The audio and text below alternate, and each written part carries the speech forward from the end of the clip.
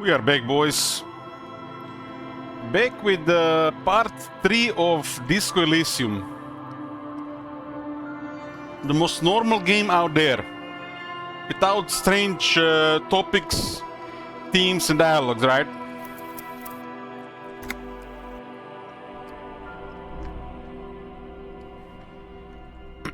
So apparently our character, us, the would-be policeman / detective, we have pawned our own gun. Sold our own gun. Why? I don't know why we need money.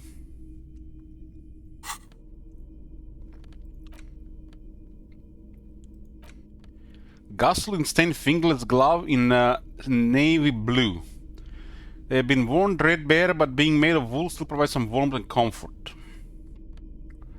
Electrochemistry. Isn't electrochemistry for drugs? It's like one of those gloves that you would see people, the junkies in the street wear.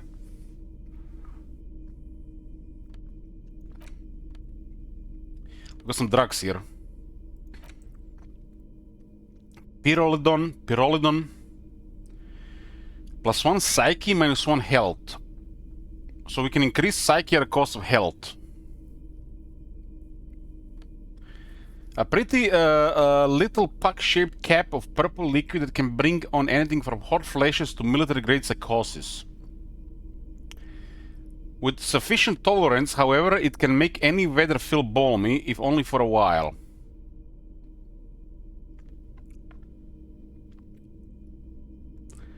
Our psyche is a little bit on the weak side, so I guess it's good to have drugs. Like, drugs seem so helpful. Like they're a part of the gameplay here, and in Fallout games they save lives.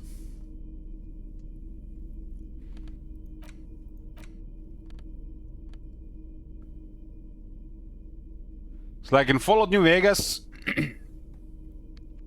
you walk around without any turbo in your pockets. It's a drug that slows down time. Any hit squads, either Rangers or the Legion, feel like, you know, a nightmare. Just gonna murder you. But especially the possibility of encountering a Deathclaw, which kills you in like 3 hits on very hard. Like, drugs give you that confidence to deal with this shit.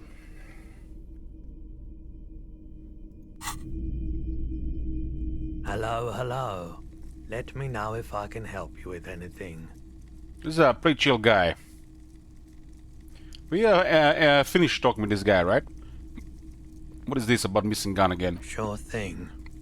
Text review. I guess we talked about this, all this. There's something I'd like to sell. Yes, we'd like to sell these hubcaps. So we can pay the rent, right? And the damages in the room. Our guy got drunk in the room and caused some damage. I guess he got passed out drunk and done some bad stuff. You know what I don't like? What's a little bit awkward here? It's like this guy literally wake up in an area. You have no idea what is going on, and you're meeting these people. But as you play the game, you realize that all people know you, and you're kind of like a scumbag. They know you're a scumbag before the player realizes that you're a scumbag.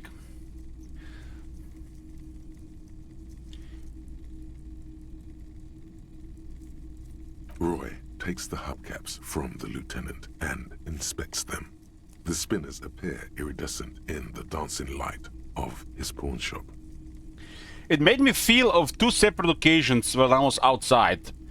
So I was invited to play Magic the Gathering at one of the people from the local game workshop, from the local games shop, and I was drinking there. I think I got a little bit drunk, and I might have been cheating in one of the games. I'm not sure, but unless I asked them, you know, I don't know, because I was drunk, so I don't really remember. So did I imagine I was cheating, or was I cheating, or was trying to cheat? It didn't manage in the end because I lost anyways. You know, I hate these awkward situations. You know, when there's substances involved. One more time when I was at the it was my first vacation in 8 years. I have gotten so drunk, but I was not at home. I was outside. It's like I was cheating, Top Manager. I just don't remember if I was cheating or I imagined it. Because, you know, when you get really drunk, you're not sure if that happened or it did not happen. Some of these things are you know, uncertain and clouded. They haven't, you know, like, I mean, it was a friendly game and it didn't like it would mean anything, but I really dislike the idea of cheating. But the drunk Elich, I feel like he might be cheating. It's like a completely different person. But I would say it's a really any bad thing. Really, it's just for myself. I feel bad if that happened. I don't think they realized I was cheating. If I was cheating, I don't really remember exactly how did it go. I might have imagined it. So this is like an unclear thing. Like the one time this thing happened. Next time I saw these people and I kept playing with them, it's like nothing happened. So I might have just imagined it. Or maybe somebody else cheated. Because I've seen people cheat and nobody really even comment on it. They just let them do their thing. The second time, I have no idea where I am and I'm drunk. And the only thing I remember, I was looking at my phone trying to order food. And I'm not sure if where I was even going or what I was doing there. I just know that I was drunk in public trying to order food. And the next day I was so confused. I was like, where was I? What was I doing? I think the being very intoxicated outside is it's a really scary thing.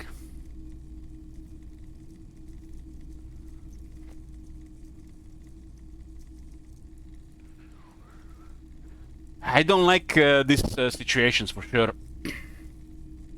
But for some reason I feel like it was all in my head. Like I just overthink things, and the idea of something like might happen, it just overwhelms my thoughts to the point where I think it actually happened. I mean, how can you cheat? It's a card game. In the card games, there's always ways to cheat. But I'm really against cheating. But I feel like when I'm drinking things that would never happen, they, you know, like maybe may happen.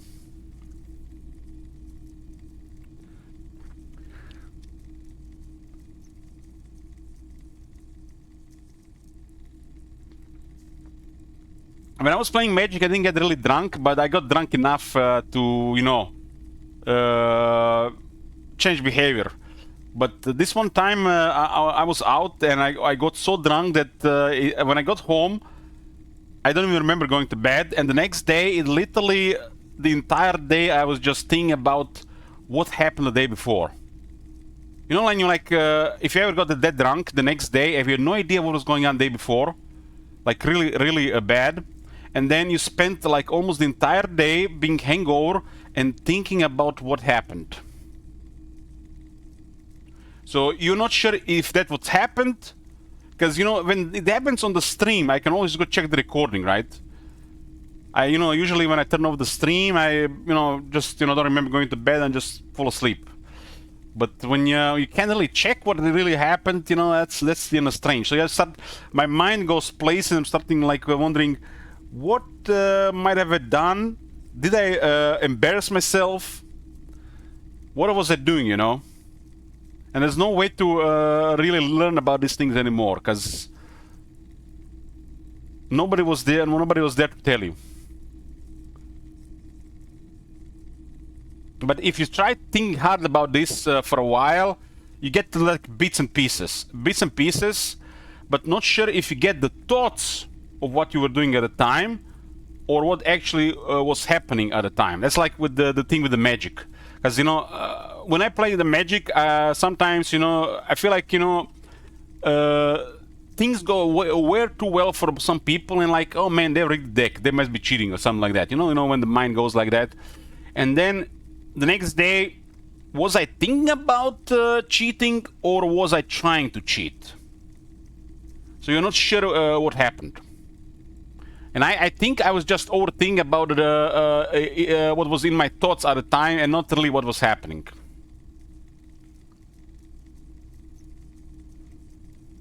Because usually when I'm doing things, I get a little bit anxiety around people.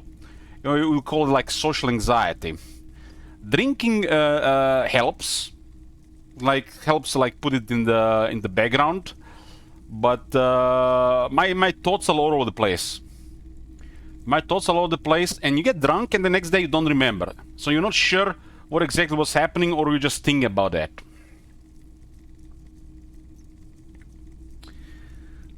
One day some red name will catch you blackout drunk, chain you up in his basement, and force you to play Doki Doki. I don't mind playing Doki Doki as long as I don't have to read it out loud being drunk. That would be horrible. That would probably be a nightmare. I cannot believe that game is so successful and there is no voice acting.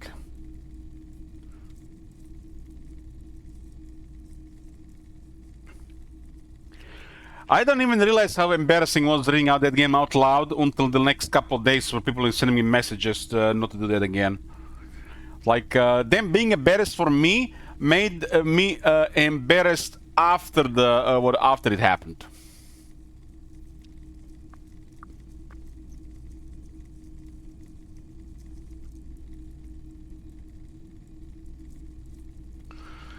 Okay, let's see if we can sell this. Anyways, Jibber Jabber finished. Yes, these are very, very good.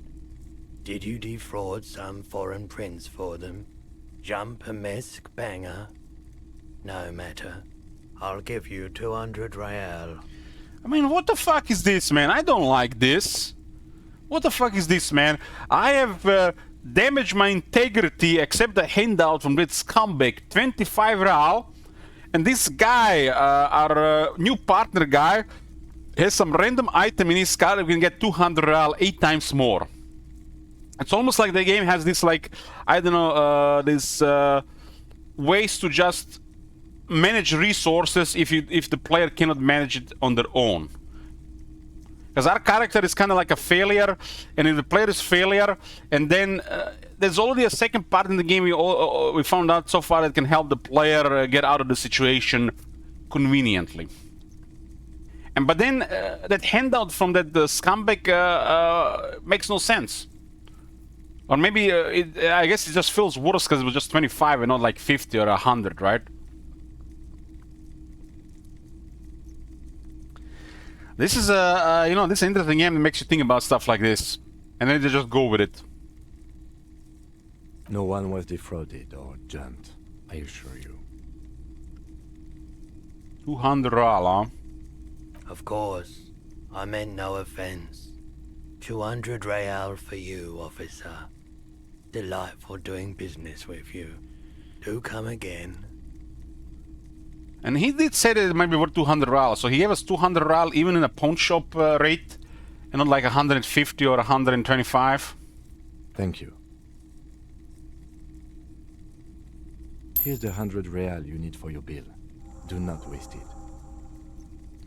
Oh, he's smart. He taken 100 for himself, so we get to pay the bill, and we can just go sleep somewhere.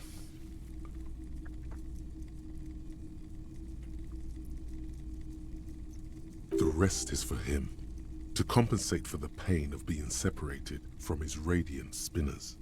Rhetoric has told us this. What do you guys think? How much is 100 real? We damaged a window, and we have to pay for like a couple of days rent at a... What is it? Like a motel type place?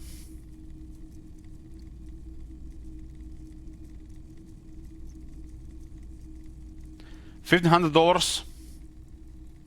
That sounds like a lot. 1,500. How much would be even a damaged window? I guess depending on the size of the window. Maybe half that include this. I would say half that.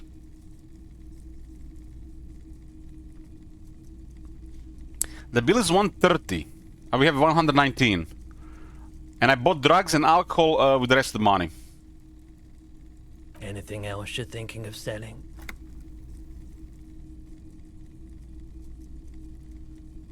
I'd like to sell my clothes. I'm not purchasing any more clothing at the moment. I'll check my pockets. Anything else you're thinking of selling? I guess this is crap we can sell.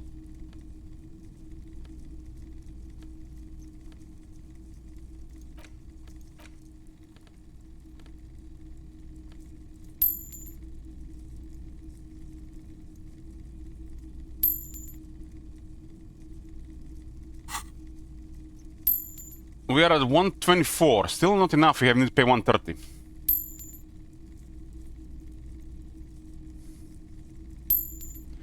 I don't have anything to sell at the moment. Another time, perhaps.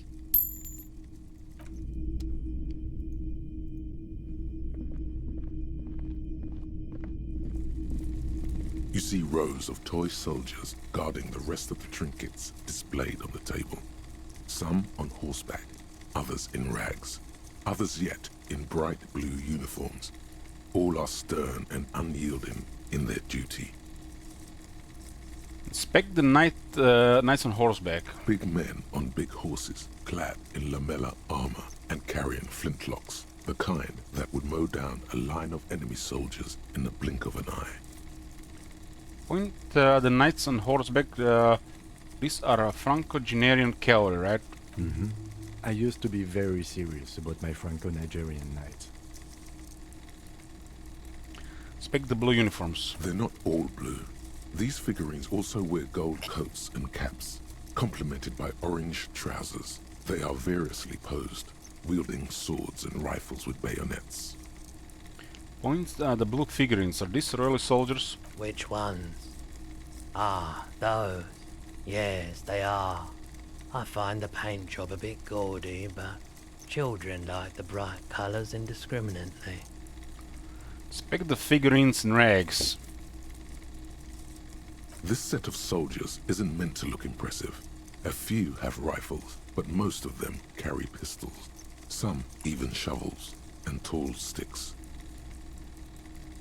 Point at the figurines in rags. Are these even soldiers? You're probably talking about the revolutionaries, yes? Yes, they are soldiers. Revolutionary soldiers. I think their poverty has been exaggerated for effect. When you place them next to the royalists, it doesn't seem like they could possibly win.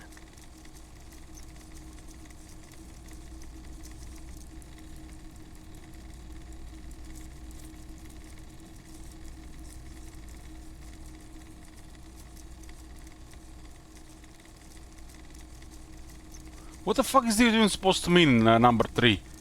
It is impossible to win against the cohorts of capital. Ask my friend Garty, whose bitch it made me. What the...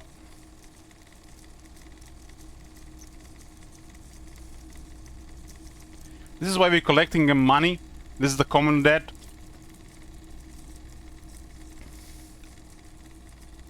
Let's click that. Okay. I don't like either set too much, to be honest. That's the ultra-liberal one. Think up truly cool figurine in the box under the table. 83% chance. Why? What's this? A headless man riding a horse? A headless man wearing futuristic tracksuit trousers that say found. What is this? Oh, that's the Headless Phone Rider. Who? The Headless Phone Rider. It's an urban legend about a man who rides the streets of Revachol sporting a fawn tracksuit. As you see, he's missing his head. 50 cents. Bargain price. I'll throw in the tiny cap too. I think he's looking for it, or something. That part of the story has many interpretations. He lost his cap when he lost his head. Perhaps he's looking for the head. Purchase the headless fallen rider and his cap. Did I mention that this figurine is supposed to be lucky? Always carry it with you. Oh, getting something out of it, okay. So, what just happened with this luck, yeah? Did it make some kind of sound when you put it in the inventory?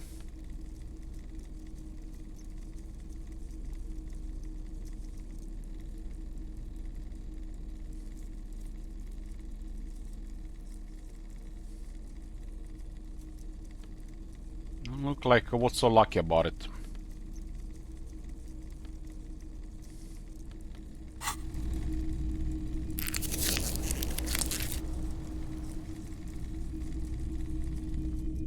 What else is here? The boxes on the shelf look well loved and well traveled. Chipped, dented, they stare at you with the unblinking eyes of their tape reels. Send on tips of your toes to see more. One especially catches your eye. Deep gold and amber plastic with a big old handle on top. A classic boombox that says Stereo 8 approved. Just make sure it works before you buy it. Just make sure it works before you buy it.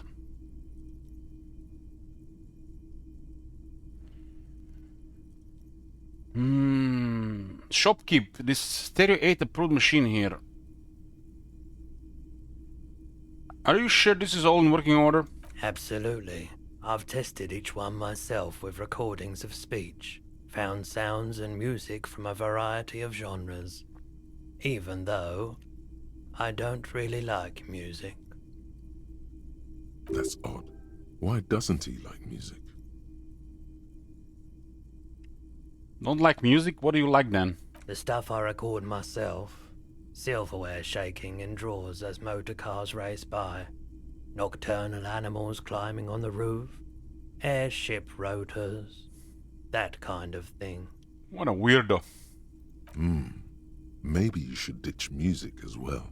Get into these more experimental sounds he's describing. What I really want to know is, could this device come handy in my police work? If police work means playing tapes, sure. You can use it for that. Or any other time you'd need to play a tape. Shopkeep this Stereo 8 approved machine here, Dorot. Is the Harman Welsh W2. Made in Vespa. Designed in Seoul. Plays all reel-to-reel formats. 2mm, 8mm, 12mm. It's even got a little radio in there. It'll set you back 12 real. Equip this to play tapes. Didn't I just get rid of a tape? I think that one was empty though. I actually don't have the money for this right now. A typical Martinez streetlight sits among assorted floor and table lamps.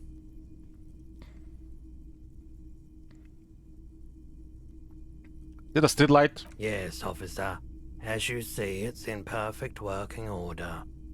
His manner is casual, but his speech is careful, measured. He wants you to know that he has nothing to hide.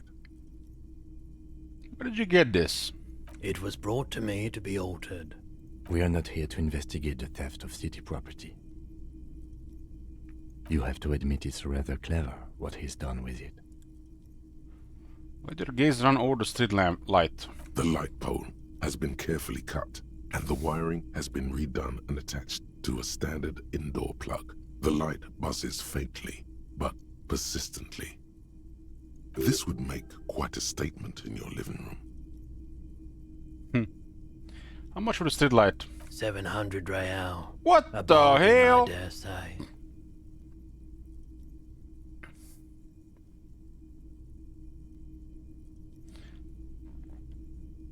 Are you out of your mind? There's one just like that in every corner.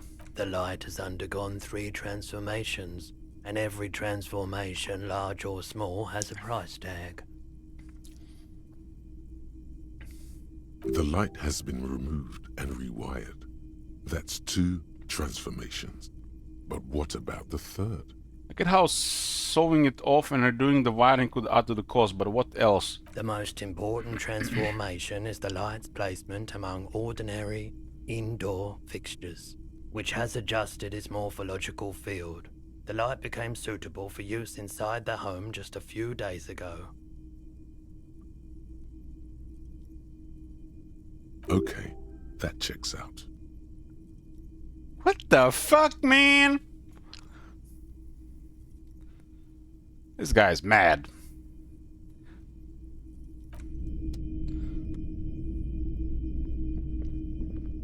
Wow, a very large red t-shirt with an impressive print stands out from the other garb. Oh yeah? Oh yeah, the print depicts a muscled man striding toward you, a giant sword in each hand, encircled by burning embers. Behind him is a cluster of cabins engulfed in flames. Beneath him are the words, Hjelmdal burning.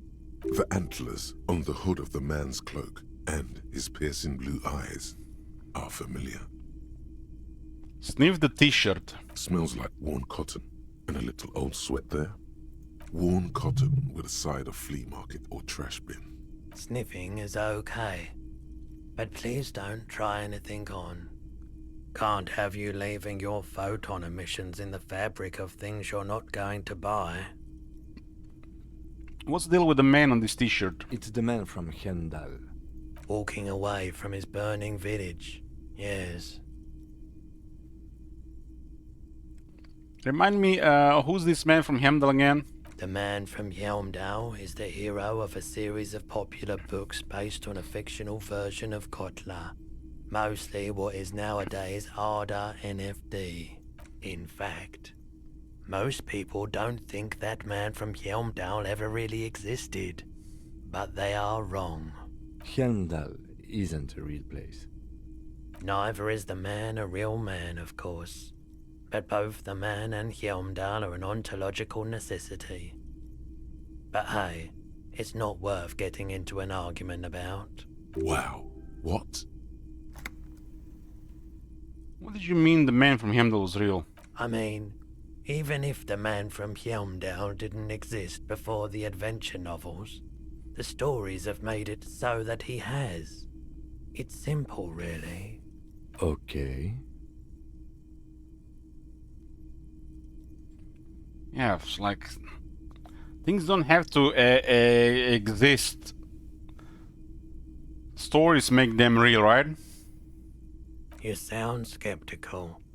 It's not that complicated. All that's required is a more robust understanding of cause and effect. Besides, I've been to Kotla, though not quite as far north as the Hjelmdal, and watched northern lights travel across the sky. Very unique, energetic tides there. It's for the best, because Hjelmdal is not a real place, and thus he could not have gone there. His theory isn't exactly incoherent, but its logic does suggest some unusual neural activity. Interesting. This shirt celebrates a false hero, a guardian of the masculine order. I doubt the real man from Hjelmdal was as poor a role model as the one in the popular literature. Was that the feminist in me? But yes, the books are very sexist, in a not entirely unenjoyable way. So we talking shit about this and we asking for how much in the follow-up question. Yeah, it makes sense. How much were you selling this t-shirt for? 2 real. That's dirt cheap. You can just give it to me for free then? But why? Perhaps I could pay in some other way. I deal in goods, not services.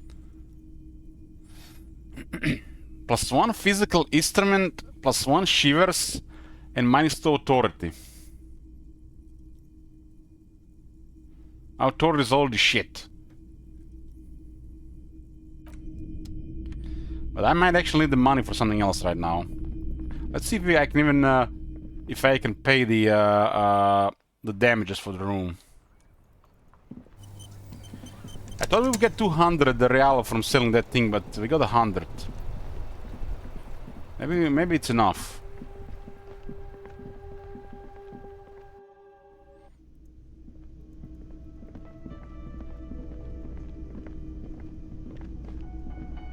Can I help you? So about the money I owe. Yes. Have you got it? I have your money. Well?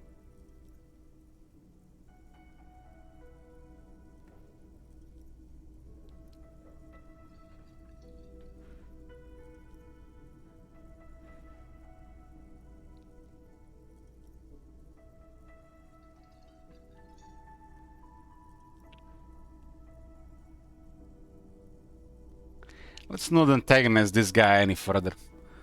Let's just go with the first here.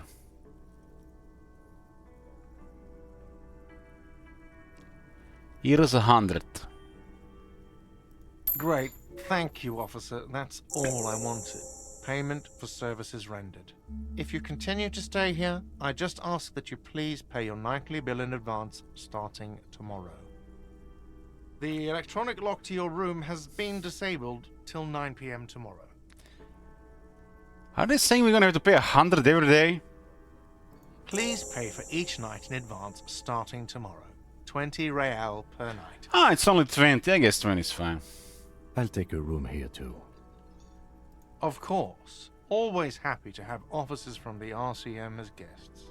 Anything else I can do for you? This guy sounds so fake. It sounds like one of them drones that work at McDonald's. Emotionless reading of copy pasta.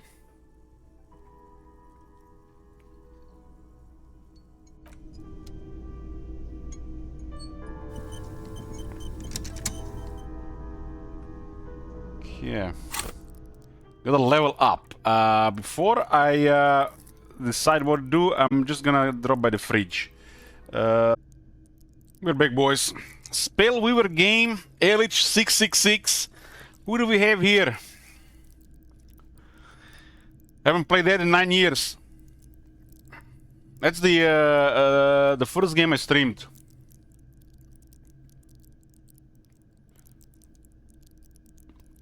I had a blast with that game, but it wasn't going anywhere. You remember he was there? Damn, 9 years. So I feel like a different life. When I got burned out on that game, I started streaming some Rome 2 and started really enjoying it. So I continued just streaming Total War.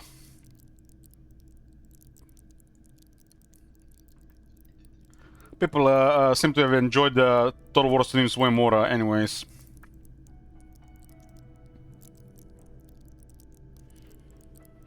I think I'm gonna go with more drama. And if we see any drama, no matter how bad or good, we have to pick drama.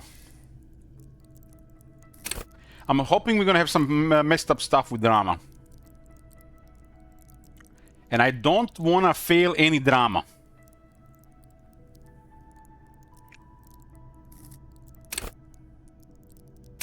Go with drama. We're gonna be the actor. We're gonna be lying and detect lies.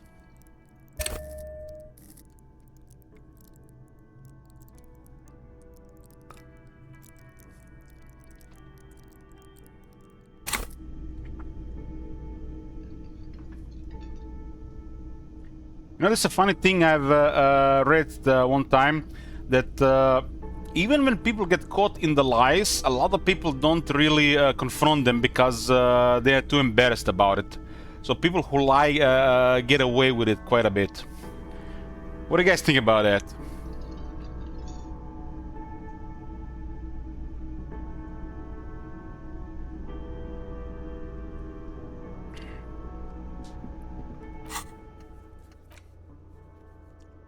So that was the update here.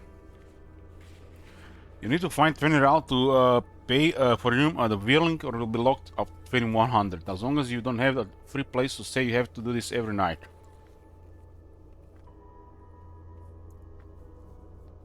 One was a boring cup. That was a debris farm.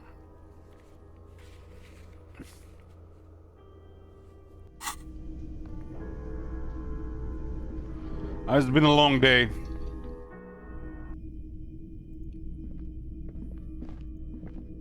The door is closed. There is no answer. You hear the shower being turned on, somewhere inside. This door can only be opened with a key or from the inside. Still no answer. Still nothing. The lieutenant gives you a quick glance. Oh, he's judging. I guess it's gonna be the tennis room. I mean, I paid for this room and they haven't even cleaned it. Unbelievable. What kind of shitty services? This is the door to the room you redecorated. Good night, Lieutenant. Just a moment. You had some questions earlier, I believe. And besides, we should discuss our progress on the investigation. Let's go out to the balcony.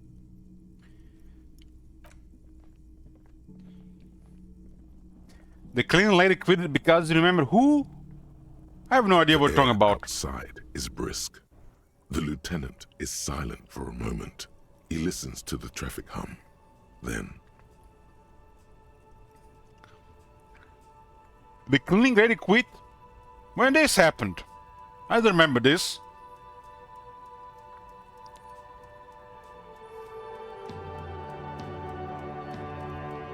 Where shall we begin? We should talk about the investigation, first and foremost. But I also remember you wanting to discuss the RCM?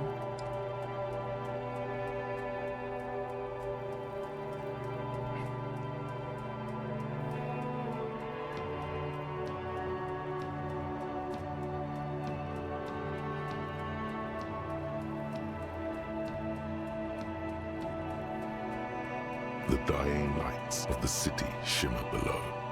Slowly, like luminous clouds, they pass on his lenses.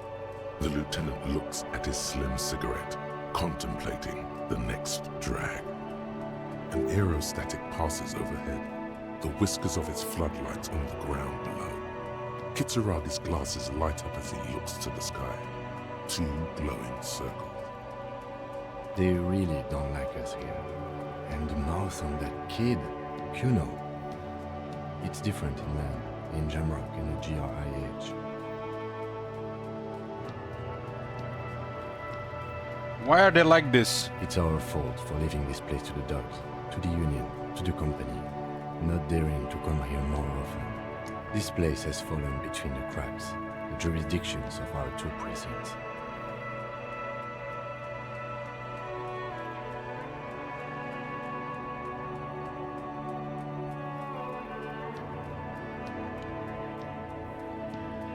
And in the Jamrock and the GRIH, We run this city. West of the river is RCM land. the music is much louder than his voice. It's incredibly hard.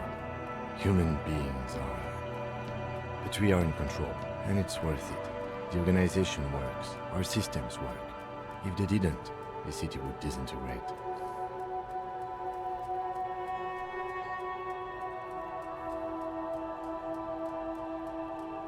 We won't change anything here. Probably not. Anyway, positive change happens slowly. We never really get to see the impact of our actions.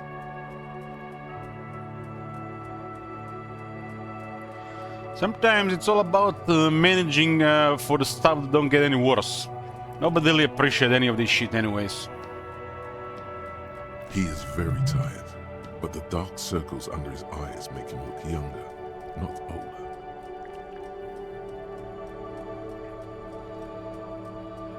I didn't know you smoked, Kim. I have a cigarette every night when I go over my notes. It's something of a ritual. Oh man, he looks so devastatingly cool with that cigarette. The electrochemistry voice sounds badass.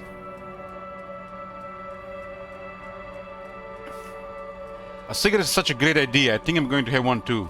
You're cold, detective. Again, I only have exactly one every night. How did you get... Okay, right then the debrief, return to it. Yes, it's been a long and eventful day. How do you think today went? Well, You were so hungover that you couldn't keep it down when we approached the hanged man, so we didn't even inspect the body. And there's still much to do at the crime scene too. We didn't search it thoroughly enough.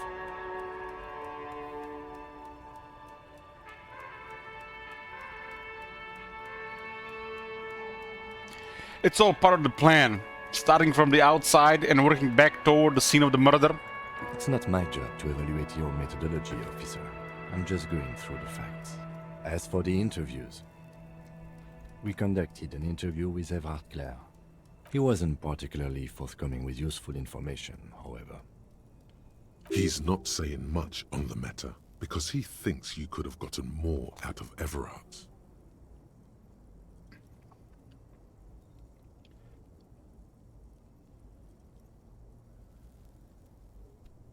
I am sure I can get him to tell us more. Claire also helped you, how should I say, remember your name? That's a relief.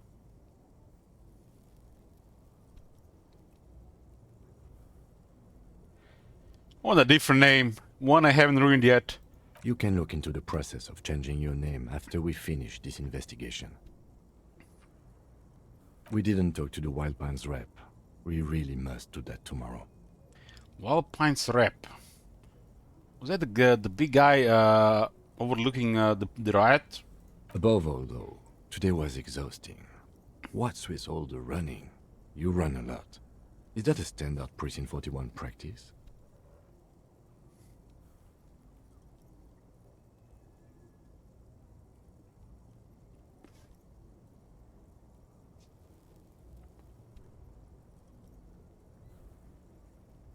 I'm training for a long-distance run. I want to raise money for charity. It's impressive, especially for a man your age. And in those hills. Nice shoes, by the way. I like the green. Goes with the orange. So what are our powers exactly, the RCM? They're quite limited, actually. The power officers of the Revachol Citizens Militia exercise most frequently is imposing fines of up to 1,000 real for offenses, in accordance with an interdepartmental schedule.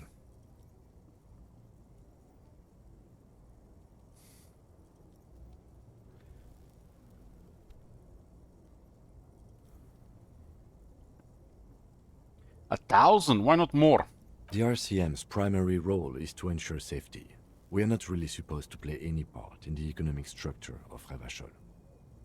Wouldn't that be an easy power to divert abuse? Yes, although indirectly, as citizens can always request records from their local station. Officers of the RCM have been known to take bribes of less than the prescribed fine amount. It undermines trust in the RCM. Okay, what else? We can arrest people, of course, but rather than bringing someone in directly, it's preferable to serve a station call slip. It prevents confusion and overcrowding.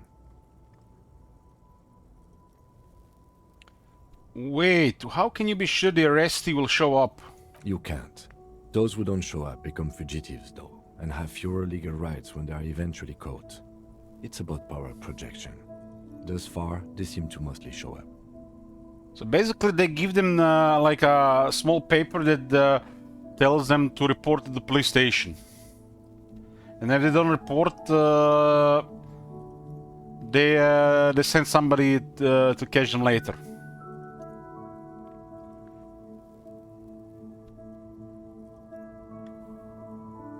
I see, and if someone resists... As you may have gathered from the fact that we are expected to carry a record of our kills, like the one in your watermarks, we are permitted to use whatever force is necessary, and strongly admonished not to abuse that power.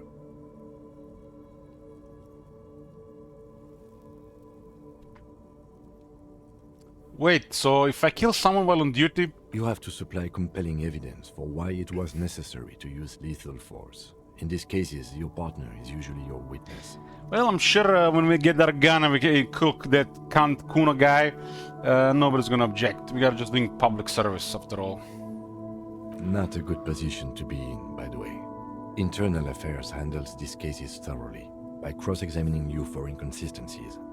It is hard to cover for anyone, which is for the best. What happens to people we convict? We don't convict. We arrest and send them to coalition government courts in Courron and La Delta. The prosecution works off our testimonies and records, which is why it's paramount to keep them.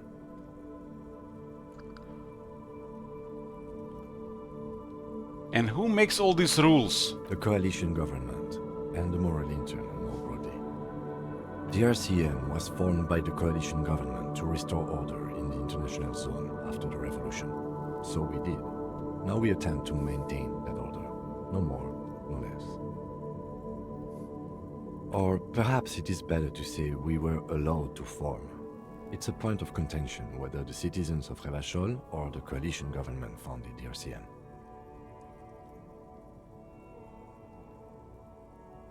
Silence. A great comment to such a conundrum. The moral intern, what is it? The Moralist International are the world's largest political organization.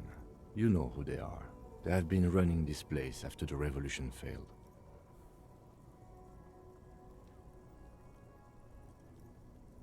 If I didn't know, how would you describe them? They're a union of center-left and center-right parties across the Real Belt. Our coalition government is just one of its many projects. They also run the ICP, EPIS, most intergovernmental organizations in the world. What is their symbol? Interesting question. It's a blue forget-me-not. Their motto is love, compassion, self-discipline.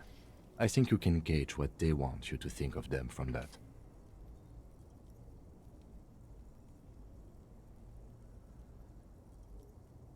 Something kind and usual. Something almost self-explanatory. Something like the dark blue, serious color of the early night sky above. What do they believe in? What do they believe in? They are Dolorians. They believe they continue the humanist project set forth by Her Innocence Dolores Day 4 centuries ago. Others say they are just technocrats. Those others say they continue the humanist project set forth by Dolores Day. Who was Dolores Day? A historic figure? The author of the modern age? You will have to look elsewhere for opinions. The subject of humanism is too abstract for me. What do you think of them? The moral intern are a fact. I try not to have opinions on facts until they change. And it doesn't look like that's about to happen. I have an opinion on the moral intern. Do you?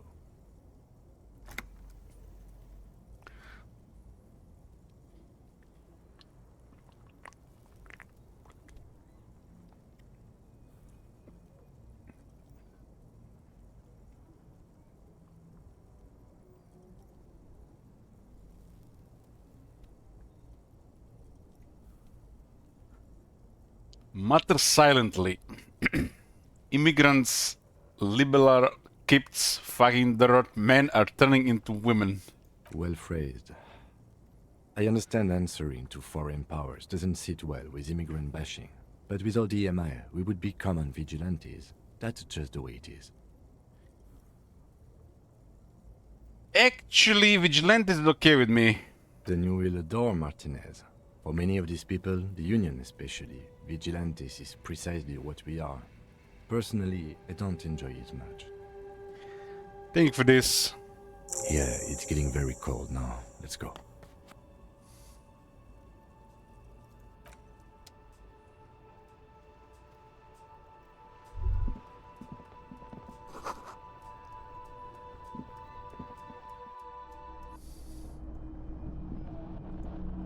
Oh, that was day one. It's almost over.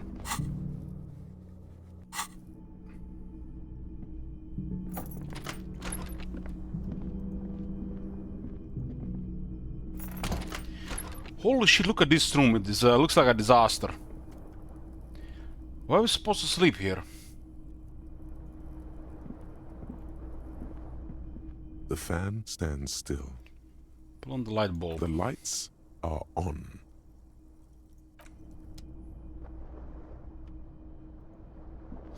And they haven't even fixed the window.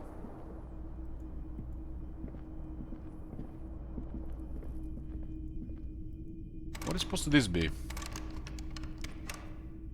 This is like supposed to be connected to the other room. This is the bathroom shared. A A mirror hangs on the bathroom wall. In it, your face. Now without the expression. It's just hairy.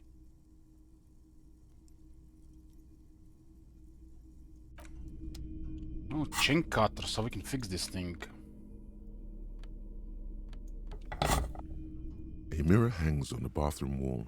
In it, your face. Use your chain cutters Now to fix the without faucet, the stop steam from expression. fogging up the mirror. It's just hairy. The chain cutters slip out of your hands as you attempt to twist the faucet into place. Well, you know one thing for sure. You've probably never been a plumber. Slipped? What kind of shit material is supposed to be some kind of rubber material on those handles?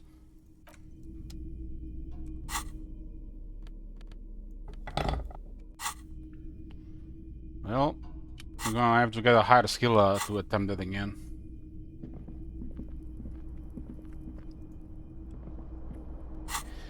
Well,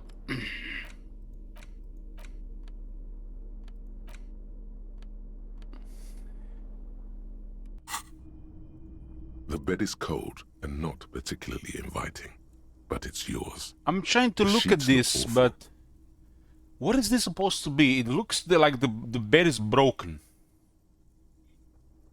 Like I'm trying to look at this, but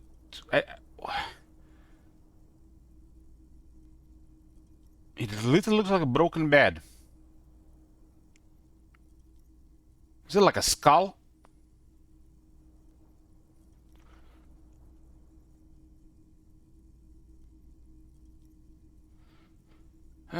Crawling. The sheets feel at once coarse and clammy against your skin. The bed sags beneath your weight as you stretch out and finally close your eyes. And then sleep. And then sleep doesn't come. Why? Maybe it's the bed's fault. Check the pillow. Its synthetic filling has separated into hard lumps. The pillowcase smells oddly. Smells of alcohol and sweat and grease. Can't believe you're paying for this room. Check the blanket. It barely covers your toes, stretching over your soft belly. This is your body here, intimate and warm, breathing. A bit tense in the muscles. Relax. Roll over to the other side. It's a little better. Colors, scenes, and half-formed phrases still litter your mind. Part of you is still trying to solve the case, isn't it? Who killed him? Who? Something to do with... What was it that the lieutenant said? Union? And it's gone again. Your thoughts lost between the slowing brain waves. No more thoughts. Fall asleep now. Dirt. Your breathing steadies. A great silence washes over you until your eyelids twitch in your sleep and images start forming.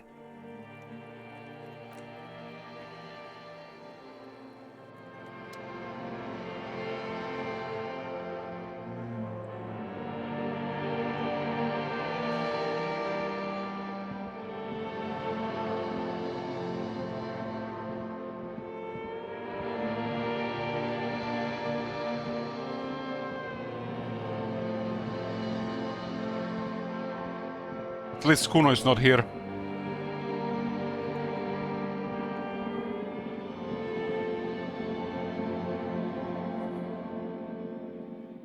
What's that ball supposed to be?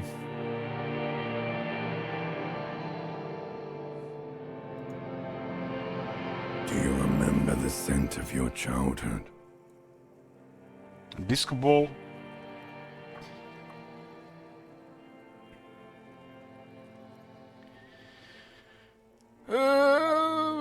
Remember nothing. Do you remember your wife's hand on your face?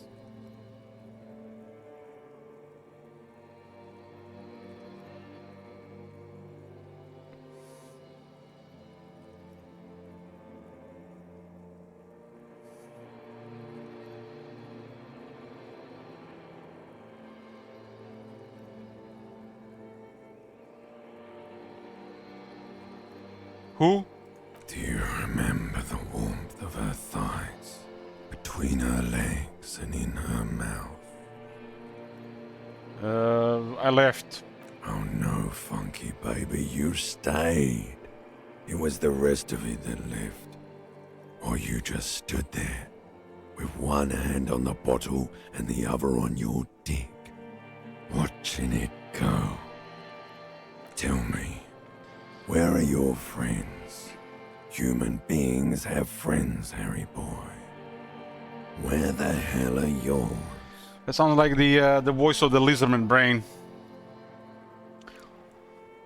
I don't want to come back. They were only cramping your descent into the abyss. Now they're gone. 3 times gone and never coming back. All of it. You failed. You failed me. And now I can see it. The lights are moving around the disco ball. You failed Elysium. What is Elysium? Everything. The Pale and the Islas. On the surface. The outer magnetosphere. Burning, furious truth. 8,000 years of written history. You really dropped the ball, Harry. 4.6 billion people. And you failed every single one of them. You really fucked up. Man, no wonder our guy is a total failure, a human being abusing substances, alcohol and drugs. When you have to somehow help 4.6 billion people.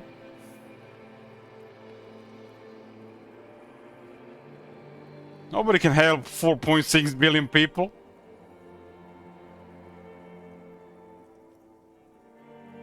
I've seen you before, Dorot. No, you haven't. You're just sleep talking. And the act is wearing thin, too. The spots on the disco ball fade around you. This feels like in any other game, this feels like this will be the end of the game. But this is just part of the beginning. Makes you wonder what kind of all other fucked up things gonna be in this game.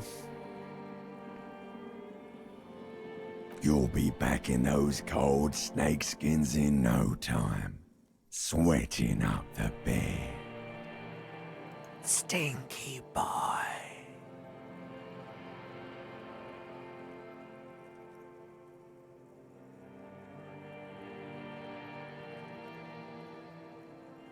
I can come back from this. You're not coming back from shit. Thrashing around in that high conductivity state of yours. Bumping into things and acting like a clown. Who are you kidding?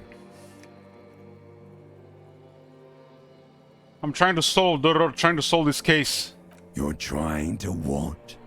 I can't hear you. This is just a word dream now. Jumbled up garbage. The pictures are gone. The bed rises to meet you. A thin, sleep-like state. More glass than velvet, grinding in your head. So something is wrong. Sleep shouldn't be this bad, this dry, this unnourishing. There's something wrong with your thoughts. Some kind of new type of hangover. God, Dorot, there's another type. Oh yes, party boy, and it's worse than the one before. Just think of the shit you saw. Here it comes too, so soon already. A silent alarm goes off in your head like clockwork, barely let you sleep at all. Time to get those clothes on, Harry. Time to go to work in the shit factory. Jesus. New day, 7:30 a.m.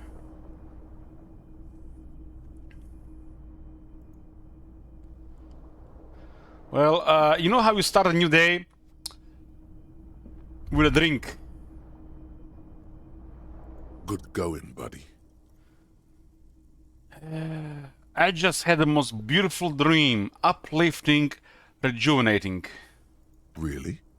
Because you feel even worse this morning than you did last night. Is the electrochemistry just wants us to abuse substances?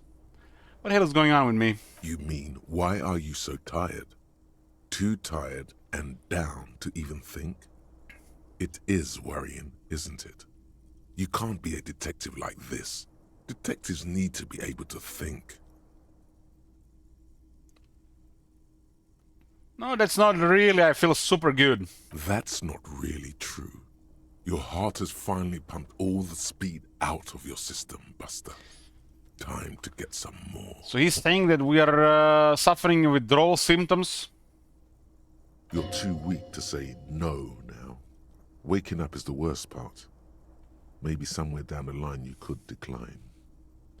Failed the volition roll.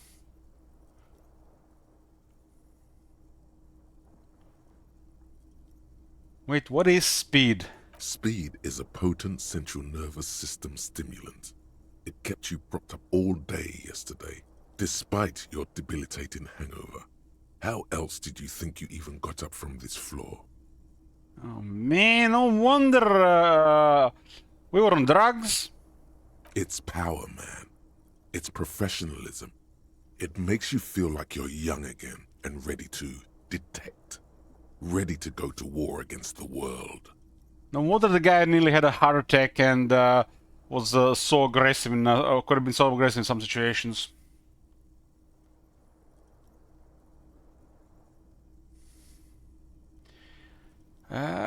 Well...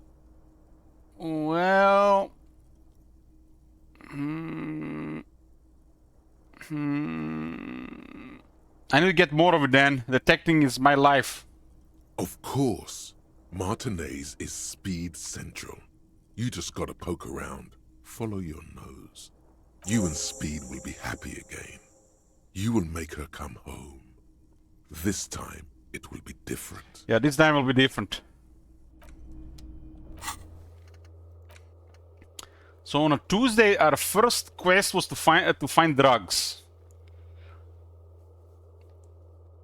The hangover is coming on mega strong now. You need more speed in your bloodstream. Find some, put it in your hand, equip it in health slot. Inventory, off we go. I'm gonna get a drink, boys. Be back. Well, here, boys. More posts dead than normal TV, goddamn. Well, this what it is. I feel like we're gonna be having a long stream today, anyways.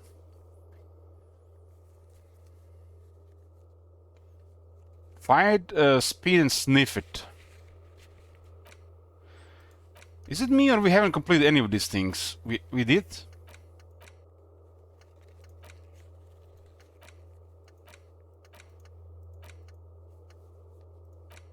Huh.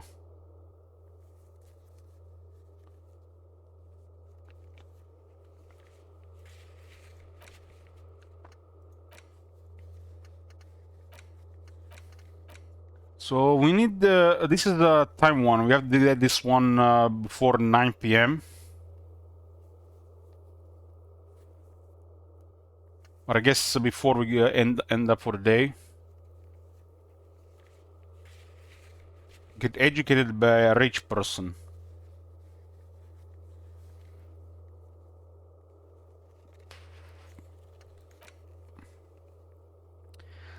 Everard wants a favor. Behind the greenhouse in the yard, basement door. Find a way to the secret passage. That's behind that guy that's doing the bird. Keep searching for the cellar despite lacking any obvious leads.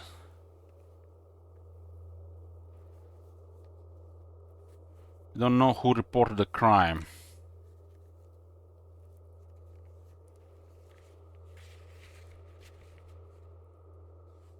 Style your paperwork. I don't know what this is.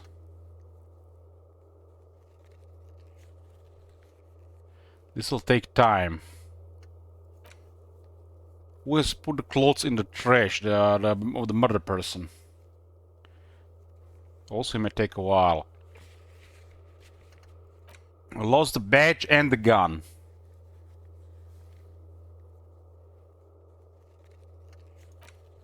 Inspect the victim body. We have to equip and complete a volumetric sheet compressor taught.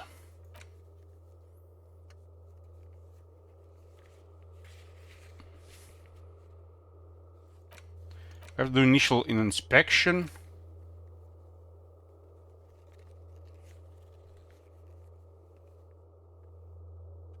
Not this one was not happening that day.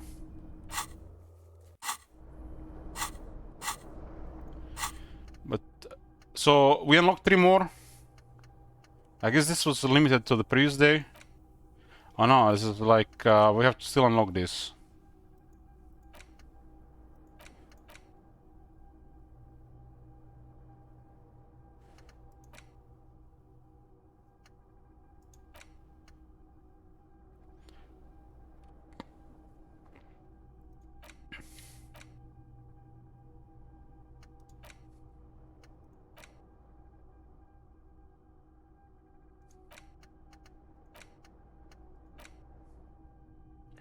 Shouldn't we just remove the inexplicable feminist agenda instead of unlocking another slot? Kinda like +1 having higher electrochemistry. Who cares about empathy?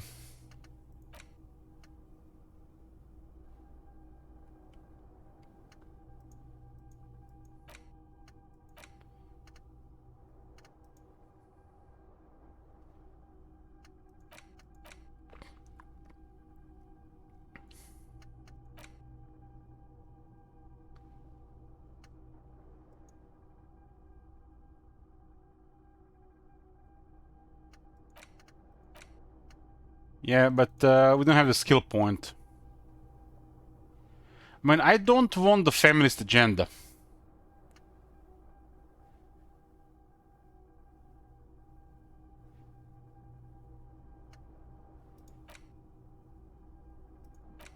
So, while we are researching this, we get a temporary research bonus, right? And when it's done, we get the solution.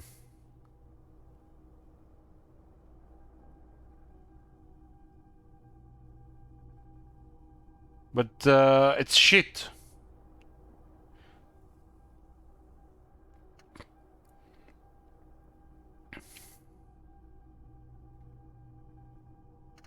I do need the volumetric sheet compressor for a quest.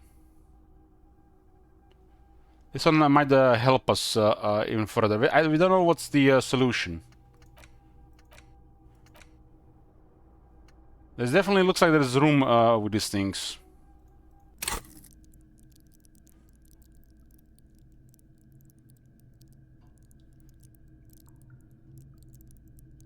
Our empathy is low anyways.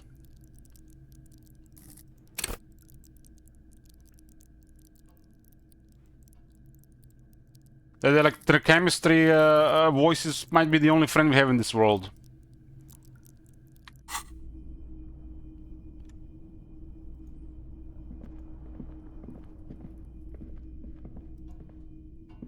A mirror hangs on the bathroom wall.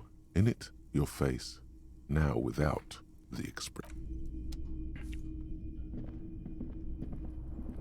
This shit better be fixed when we come back next time. Okay, it's Monday.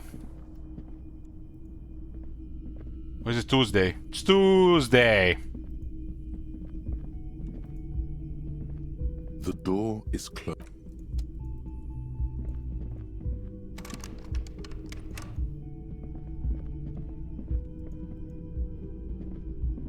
We do have money to pay for this, huh? Ooh, this place looks different today.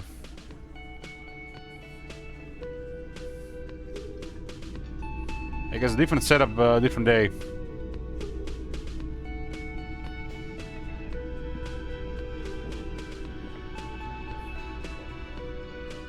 Morning. What is this, man? I need a coffee before talking to people. Looks like we can get to work at once. The union must have turned up. They look rowdy. We should talk to them. Oh my god! Have you seen that shit? Holy shit! Hey, Kong! How's the life thing this fine Tuesday? Life is great. Long as the glass is full, life is great.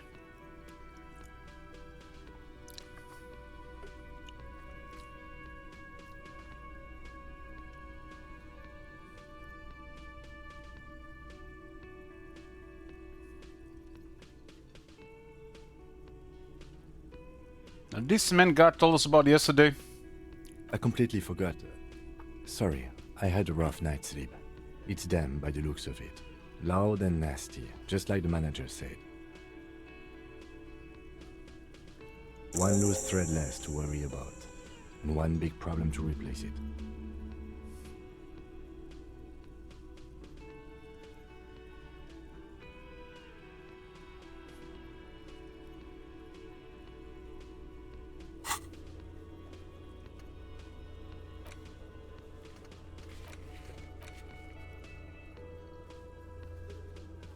Is it always 100 experience? It's always 100 experience. Drama is at 8. Let's unlock another slow here. Although I don't really like this one. It does give us sometimes some kind of bizarre responses.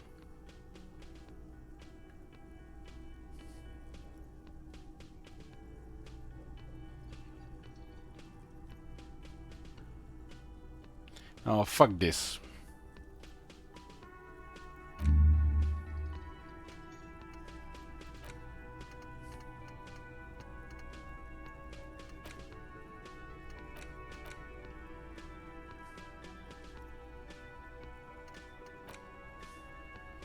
Volumetric sheet compressor.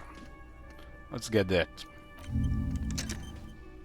This might just be made to help with game progress.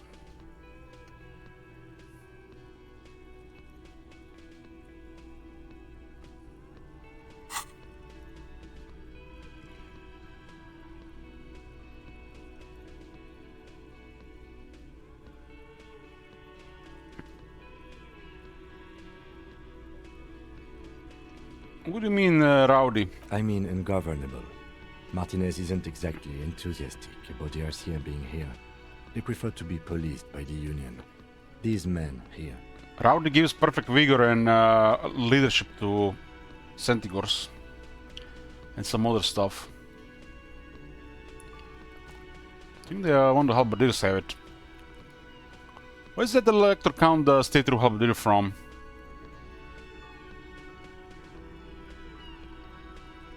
I wanna say our no, Outlands is Pistoliers. Stirland are the Crossmen. Nordland is the Nordland.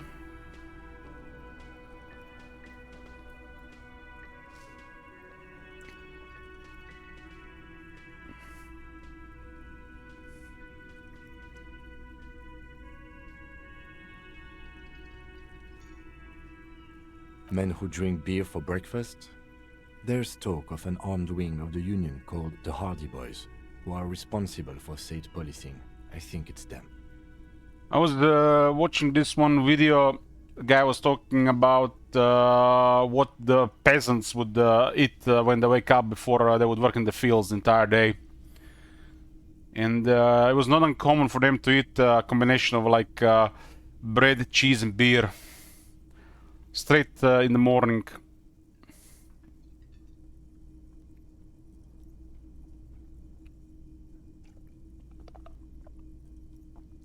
And I was not really wondering why beer. Is it for the morale or because the water was dirty? I guess if you're gonna put people to work in the field all day, 12 hours, starting a day with beer help, right? That's why I guess all those construction workers and the people that work all these high physical jobs, they always tend to be consuming a lot of beer.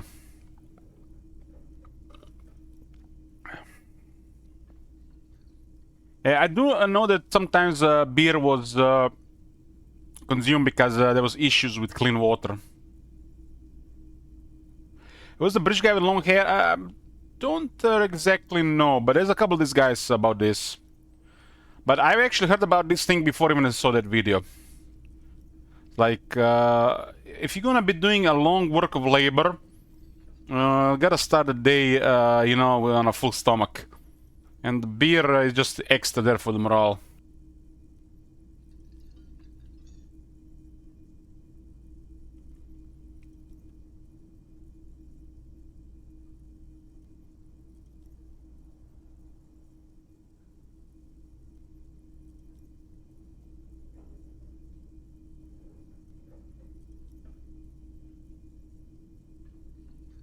I've been around a job where pretty much they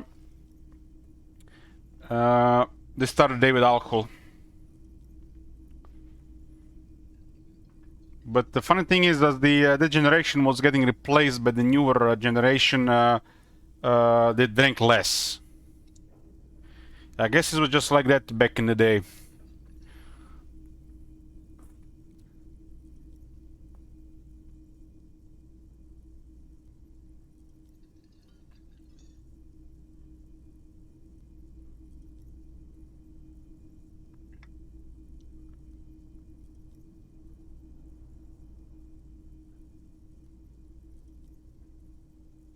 And they mix the questionable water with wine to minimize the risk of disease.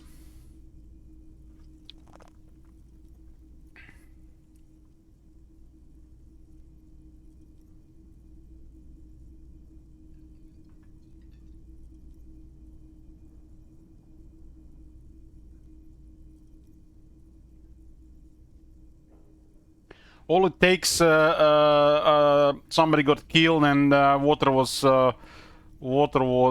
nearby, and it can go bad.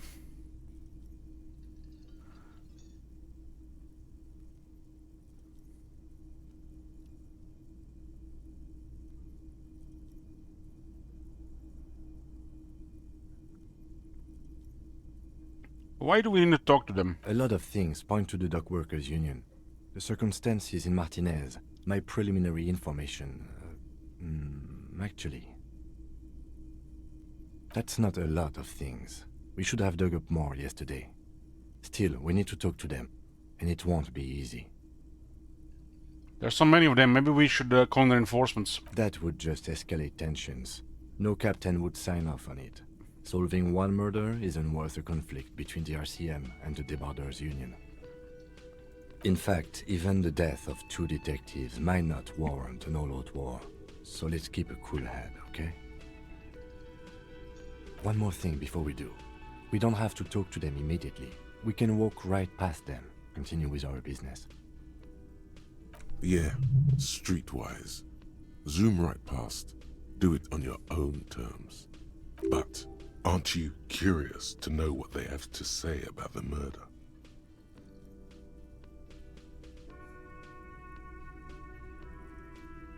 They're in no hurry to leave. They think they own the place. Anyway, I leave that choice to you. Whatever you decide is fine by me. What is this game even about? It's about wondering what is your purpose and existence in this world. Is it even really worth it? Work most of your life, and for what?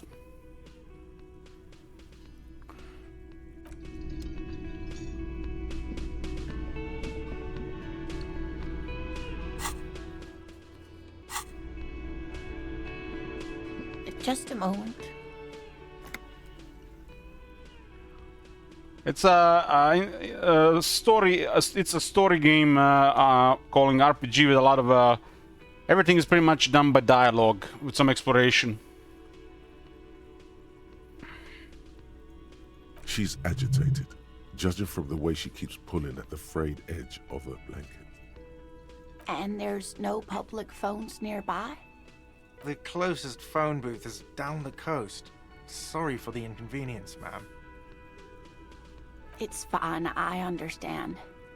Thank you anyway. I'm glad to see you again, dear. I guess you could say calling.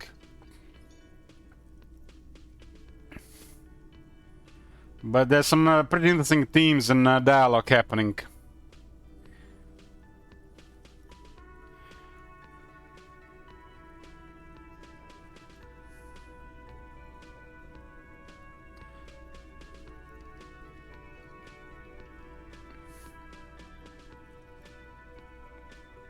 So the way I say it is like, just imagine taking away like the best part of an RPG out and expand further on this while everything else has been tied into this gameplay.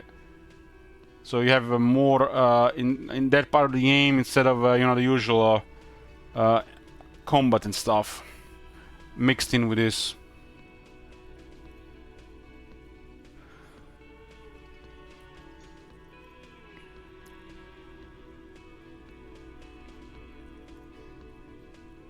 I usually like a mix that favors more this part of the game, but if you do the opposite way around with just action, that's just boring as fuck.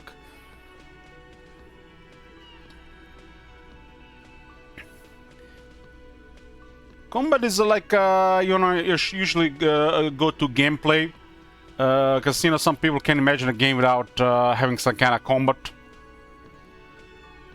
But game can have a strategy even without combat. And sometimes just thinking about things is enough.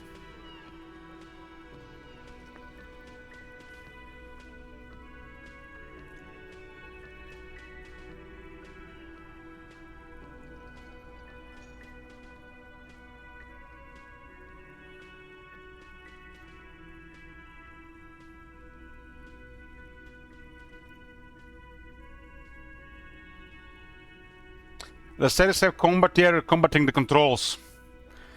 As the way get faster, you know, you just clicking harder.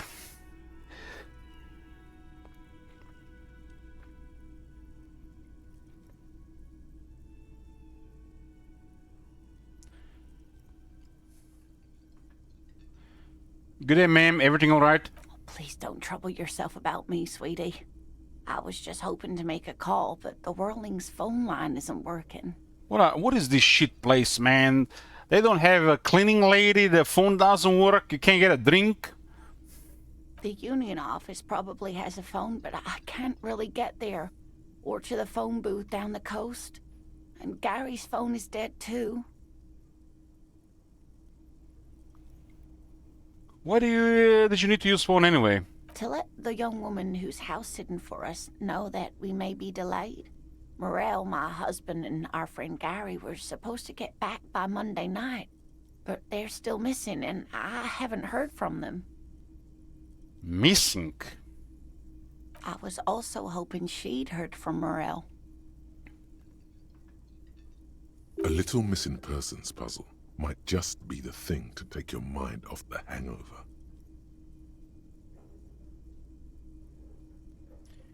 Cal Bite, has your husband gone missing before? That's just it. This isn't like him at all. He always plans his expeditions so carefully. You have more important things to worry about. Where's that accent from? More important than a missing expedition? I don't know. Expeditions often lead to something interesting. What is this expedition your husband was on? Just some field work, sweetie.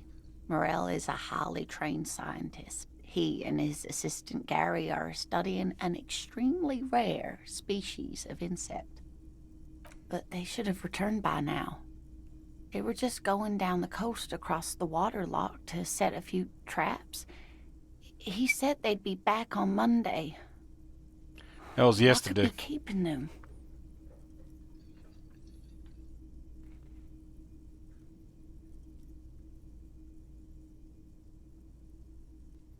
Wait, who is this Gary person? Do you trust him? Oh, sweetie, it's nothing like that. Gary's as loyal as they come. I trust him with my husband's life any day. Are they in a rough neighborhood? There's a nameless old fishing village nearby, but we've never had any trouble there before. There is a lot of crime around here, isn't there? I can't say it's the best part of town, but I wouldn't worry too much about a pair of grown men traveling together. Some fringe science is exactly what's needed right now. Spice up that vanilla murder investigation. Vanilla murder investigation. This is a vanilla murder investigation? This sounds like a police business. I'll help you find your husband. Are you sure we have time to go chasing after bug hunters just now? I did suggest we play it cool, but...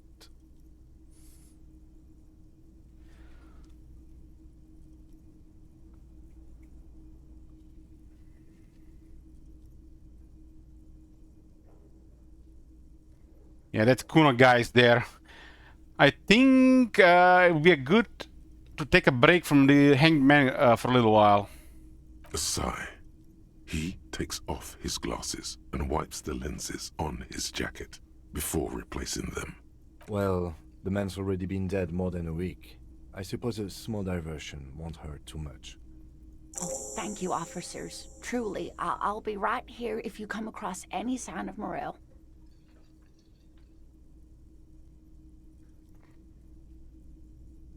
So your husband is some kind of scientist? Oh, yes. A zoologist. A cryptozoologist, to be more precise. What is cryptozoology? It's a pseudoscience that attempts to legitimize research into mythological beasts and urban legends. That's one opinion, yes. And people are entitled to their opinions. She's used to playing off such insults casually, but they still affect her. My apologies, ma'am. I did not mean to undermine your hobby. It's not a hobby, dear. It's a subfield of zoology, one specializing in animal species that are so exceedingly rare that many assume them to be extinct or even fictitious. Searching for such species called cryptids is difficult and often thankless, and frankly, many scientists are too lazy to do it. Universities these days are rarely interested in supporting real research. The quality of research at Revacholian universities has been on the decline, but you doubt there was ever a time when cryptozoology was embraced by the academic elite. The water lock on the canal is broken, so your husband's probably just stuck on the other side of the coast. Oh my. What happened to the water lock? Word around the canal is some weird new cryptid destroyed it. Oh, now you're just having fun at an old woman's expense. In any case, thank you for looking into this. It takes a weight off my shoulders. Thank you both. You're welcome, ma'am. I hate to ask, but if your investigation takes you to the other side of the coast, please do keep an eye out for my husband. The quest for knowledge is never over. That was a 12, huh? And if you see him, let him know Lena is waiting for him here at the Whirling. He gets so tangled up in his work that he may not know the water lock's been repaired. And it's cold out there. If I see him, I'll let him know you're here when or if I get there. Oh, you're such a dear. Thank you, sweetie.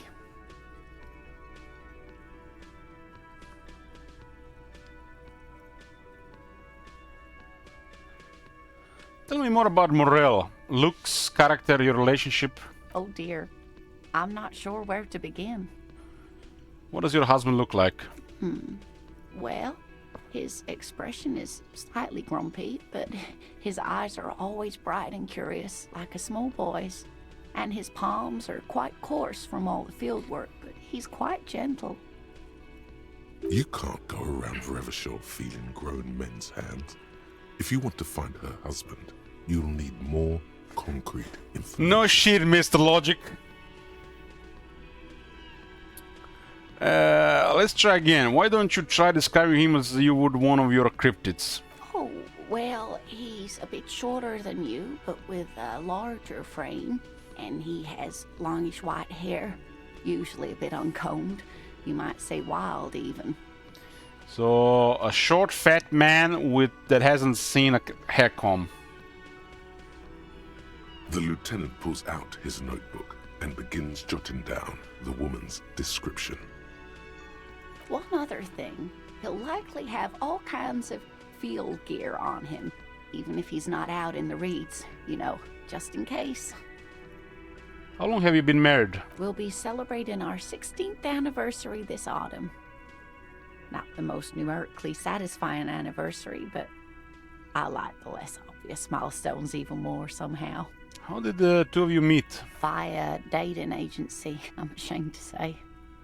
I was looking to get back into the scene after recovering from my accident, and he just divorced. Dating agency? What the hell? We hit it off, and, well, here we are. She's skipping over some important parts. Perhaps you'll find out more later. I think I have all the information I need. Let's move on. I hope I've been useful. Tell me more about this rare insect your husband is looking for. Oh, sweetie, it's fascinating. But I shouldn't bore you with entomological minutiae. The lieutenant gives you a sideways glance. No, I want to hear about this insect. Well, it's a phasmid, technically, but... Ah yes, Phasmatodea. A diverse group of insects whose bodies resemble twigs, leaves, that sort of thing. Ghost insects, colloquially. Where other phasmids imitate sticks or leaves, this one's a living reed. It disguises itself among the reeds here on the Insular Indian coast. How the fuck am I supposed to find such a thing then? Hence its name, the Insular Indian phasmid. Perhaps you'll end up co-discovering the phasmid with us, officers. I knew it. We're gonna be chasing made-up insects with cryptozoologists. This guy is like, is it like, what do we call it? He's really skeptic about this. It's not made up, officer. I can assure you. It's like, it's almost like she's talking about the religion, and I am this guy. It's simply elusive, so much so that most establishment zoologists doubt it exists at all. What makes you think the phasmid is around here? Well, some teenagers making out in the reeds saw one. They didn't know what it was, of course, but there was a brief article in a local newspaper about their encounter with a ghost insect that looks like the reeds. Gary sent us the clipping. So newspaper clipping is all the evidence you have? Of course, most phasmid sightings turn out to be false alarms, but their description matched the Insular Indian phasmid perfectly, and they didn't even know what they were looking at. Enthusiasm has wiped the worry from her face. Her eyes sparkle behind her glasses. You guys heard about the chupacabra? I'm guessing there are actually some people that spent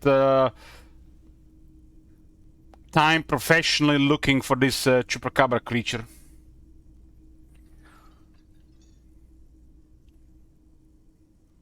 The livestock vampire. I think it's like it's a South American legend.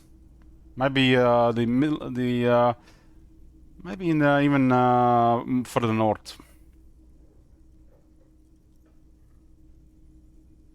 Let's see. Chupacabra.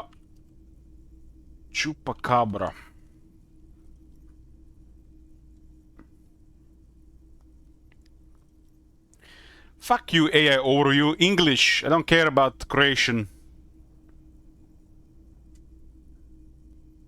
Why all of a sudden is giving me Croatian here?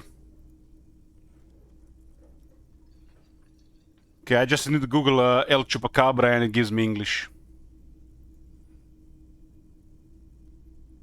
So this reminds me of this. The El Chupacabra, or simply Chupacabra, is a legendary creature or cryptid. You see, guys, I knew it was something familiar. More cryptids. Believed to inhabit parts of the Americas, its name derived from Spanish, translated to goat sucker, reflecting its purported habit of attacking and drinking the blood of livestock. The myth originated in the late 1980s and early 1990s in Puerto Rico, spreading throughout Latin America and the southwestern United States. Physical descriptions and behaviors. Descriptions of the creature vary, but is often depicted as a reptilian, kangaroo-like creature with spines or quills.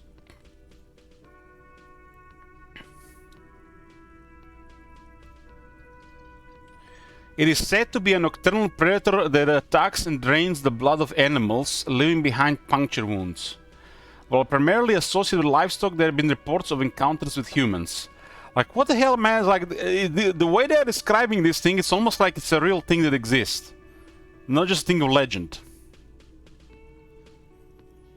Explanations for the legend. Some believe that Chupacabra is a supernatural creature.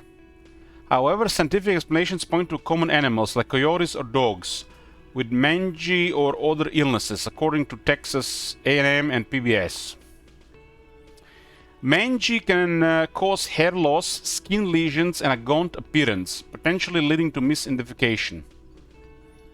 The legend also gained traction in the internet age, with its story and images spreading rapidly online. The myth is also seen as a way to explain the unexplained and a reflection of the cultural anxieties.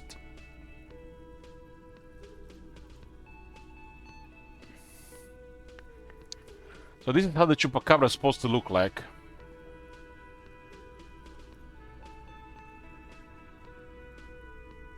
Yeah, when they say Chupacabra, I see this. I see this in my head.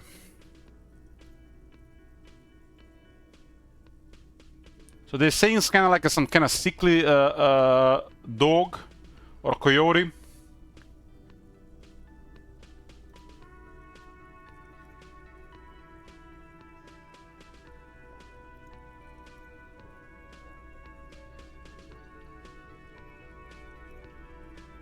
I mean, these things do have originated somewhere now. It's spread too much.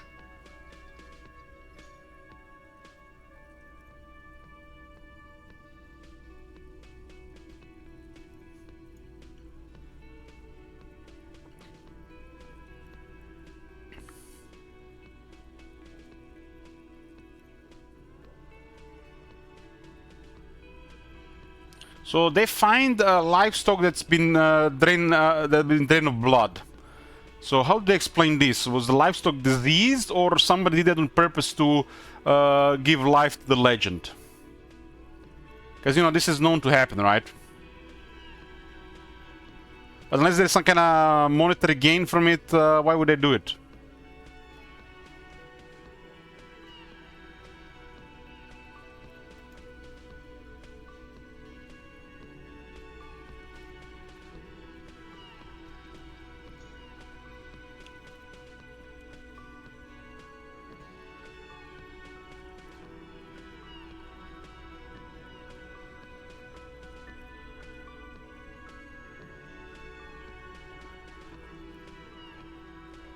They also find cattle with perfect surgical sections of organs with no blood.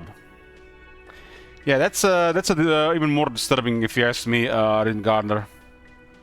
This is where they actually give this one to the aliens, right? That the aliens are experimenting with livestock. But I think the most logical explanation is that there's some sick people around there that they're just trying to make the legend more alive by doing these things.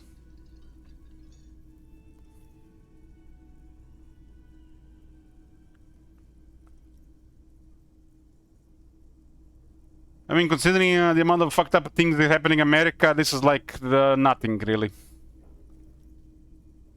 It's a real shit show when you think about it.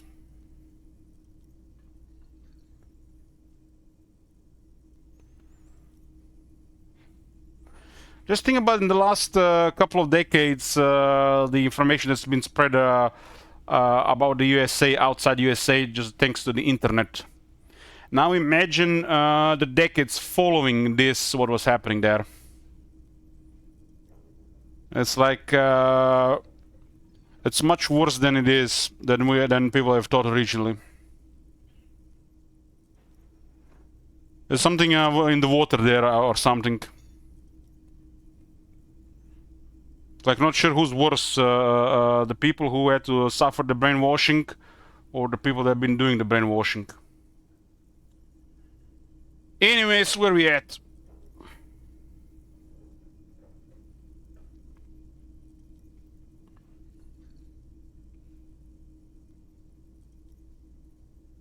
Seem really excited about this scripted. I suppose I have something of a personal connection to the Insulindian phasmid. All scientists have their little hobby horses. This is worse than religion, if you ask me, Tom Manager. The America has been, the most of the country has been a victim to some, I'm not sure what is the word, I would say like a epic level propaganda and brainwashing over the course of an entire century almost. It'll take them some time to fix this. And they have to start with new generations, because for the previous ones it's unfixable. But in a couple of generations, this is fixable.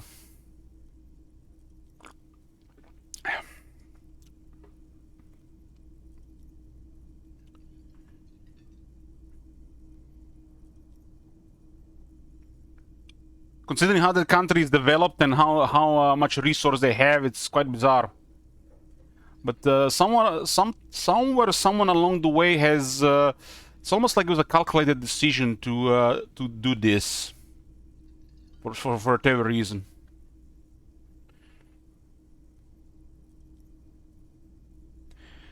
But the way I see it, it was the problem with the immigration. They accepted people way too greedily into their environment, into their country, and they didn't really know what to do with it properly.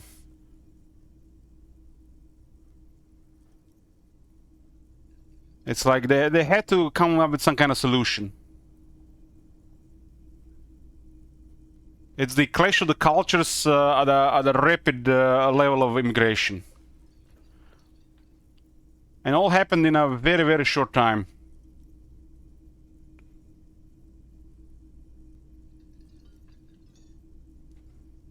I mean, what other country in the world has developed like United States of America? They had to have something to make it work.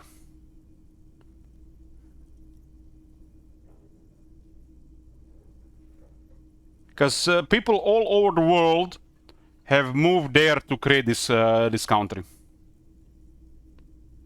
and in over a century, the level of migration just like the level of population that was created from it was a clash of cultures that happened too fast, and the world wars didn't help.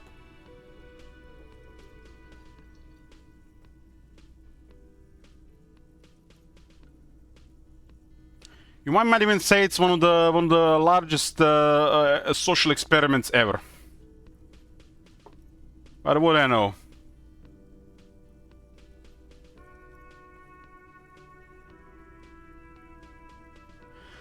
So, is it dangerous? Not at all. Why else would it hide itself so carefully?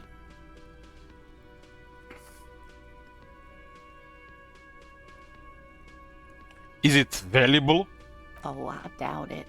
No one gets into cryptozoology for the money, sweetie. Yeah, they go into cryptozoology because there's something wrong in their heads.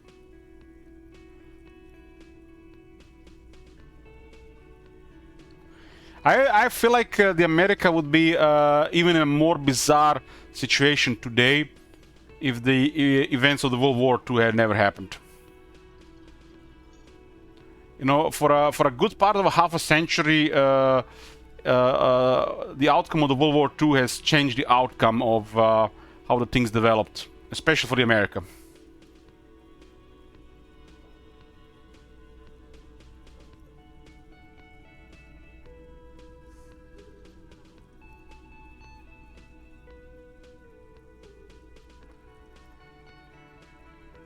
Does it have cool powers? Yes, it can blend in almost perfectly among the reeds. It's how it stayed hidden all these years, centuries even.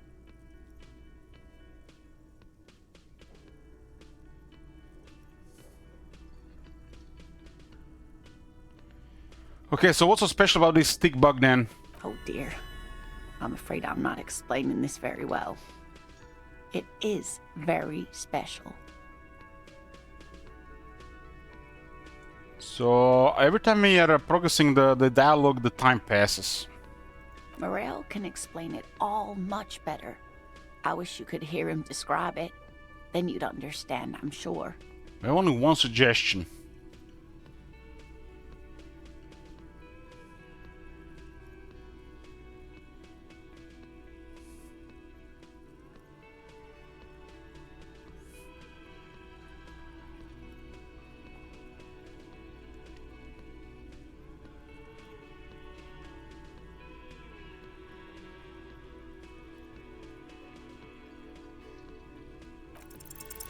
You're an enthusiastic idiot, but you're still an idiot. Ah. It's only one suggestion. I gotta give my try, my best. Can't be expert in every branch.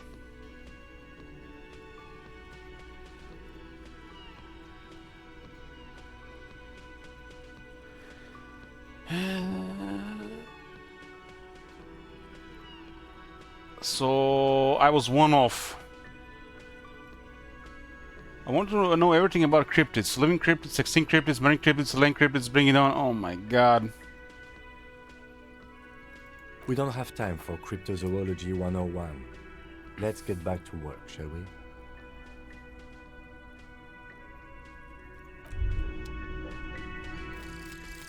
Volumetric ship compressor. Volumetric shit compressor. Bizarre scientific news from Revachol West today, where a police officer's shit has been observed at a pressure of around 495 gigadecimals. These metallic hydrogen levels of shit togetherness were thought to exist only at the center of collapsing stars, not law officials. It remains to be seen how long the shit singularity lasts. What the fuck are the gigadecimals? Let me Google that shit.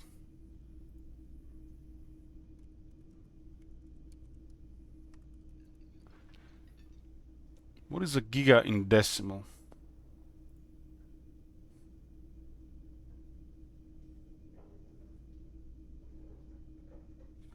$495 gigadecimals. Huh, that's basically the number.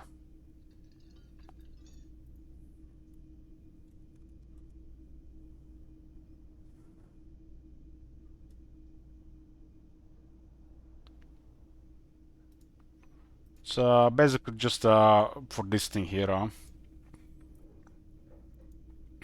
All endurance while white checks unlocked. Learning cap for endurance raised to 4. So gives another chance for the case. Something tells the way this is going that you might actually not even be able to solve this case if you fail too many times.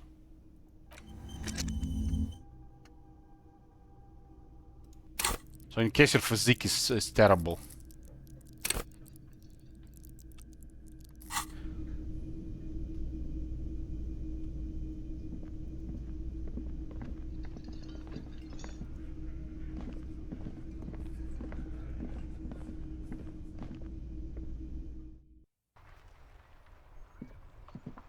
Let's make a save here.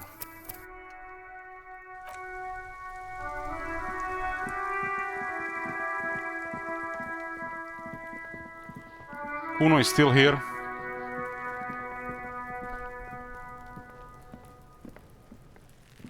There he still is, looking right through you with his white eyes. The body below is entirely dedicated to that corpse smell. We get +6 from compressing shit. It does now. Surely we can fail 92.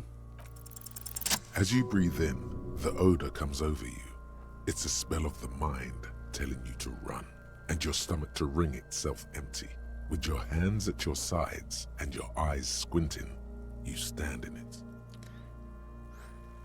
Hey, what's up with you two, manager? You just want disaster here. You're a harbinger of disaster. Isn't that Malagor? It's a puzzle. What's hanging in front of you is a puzzle of decaying flesh, tattoos, and tendons. You remind me of this guy that was with our group back in the day, playing World of Warcraft and some other games. You know, he was with us, but you know, he was okay to be around us, to do, you know, stuff, play the game, be part of the guild, have some fun on the Ventrilo. But he wasn't really having fun unless there was shit happening. Later on, I found out what kind of person he was. He used to tell me these stories that he would just basically join groups, either in a heroic dungeon in World of Warcraft or a League of Legends match, just to cause drama in the group. And then when the shit goes bad, they would just accuse the wrong person, and they would go basically whoever was, if one person, if he would the one be that caused the shit, and then one of the persons in the group would accuse somebody, and he would support that accusation, knowingly that he was the one that caused the shit in the first place. It didn't really work that well in the heroic dungeons of World of Warcraft, but apparently it worked really well in League of Legends.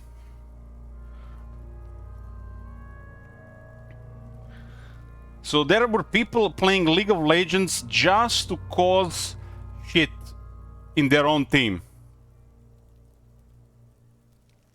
Like, this is just crazy.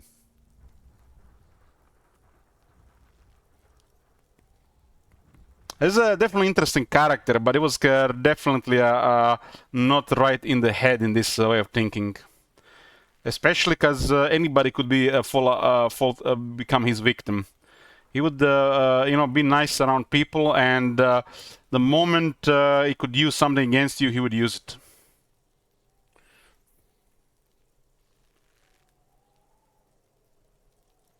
it. I didn't see this until much later.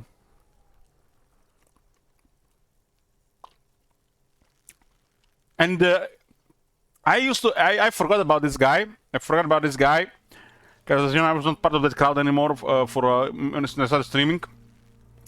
And then I accidentally, I see one of my recommended streams, I click on Life Coach. I unfollowed him at that time, and he was playing League of Legends. And the first thing that a Life Coach does when he enters the match is to disable the team chat. And I'm like, yeah, that makes sense. Let's play a team game and we'll disable team communication. And, you know, people are wondering why the companies like Creative Assembly or the Blizzard don't enable chats anymore in multiplayer games. It's like the people don't really know how to behave anymore, and they offer other ways of communication. And the people who's gonna communicate, they're probably gonna communicate the other ways anyways. This is bizarre where this is going to. You know, after some time, I accepted like a game like Hearthstone don't have the chat, but with these games that are like multiple people playing and it's teamwork required, like what the fuck?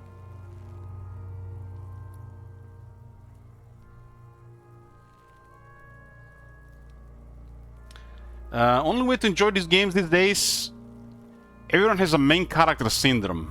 What is a main character syndrome?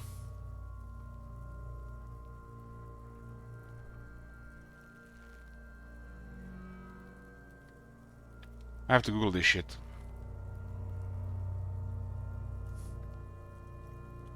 Main character syndrome. Main character syndrome is a pop culture term, not a clinical diagnosis, describing a mindset where individuals view themselves as the central protagonist in their own lives, often to the detriment of their relationships and interactions with others. People with this syndrome may exhibit behaviors like seeking constant attention, having difficulty accepting criticism, and an exaggerated sense of their own importance. Not a mental health disorder, it can be a maladaptive way of viewing the world and can lead to strained relationships and social isolation. Well, it's not a clinical diagnosis. It should be.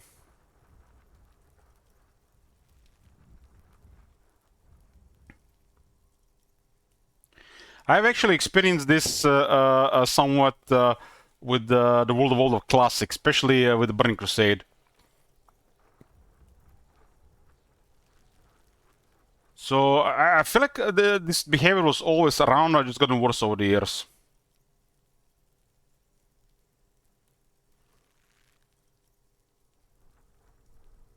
So, who brought up on this? Is just like there are more people with this issue, or it's just gotten worse for the people who were part of this over time?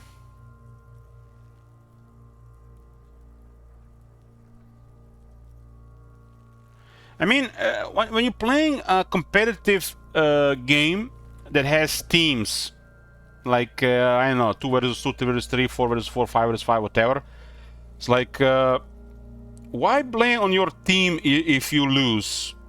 It's like, the other team might have just played better. Sometimes it's not anybody's fault. They just were better and they won, right? Why? What the hell is wrong with people? Like, it's a competitive game, and if you lost, does not mean there's nothing wrong with you. There's more room to learn. But when you're relying in an environment, there's others also required to pitch in to the results, so you have a chance to win. It doesn't mean they've done anything wrong. The other team just did more.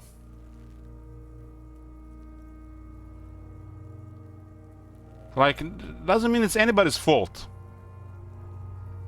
People that play competitive games and they blame themselves or blame others, especially in their team, that's a really terrible mentality. They should just rather accept that there is more room to learn, to get better, and sometimes, you know, your opponents are at a higher level. Like, and even if they're at your level, the things might have gone more their way. There's definitely a small element of luck, but doesn't mean you've done anything wrong.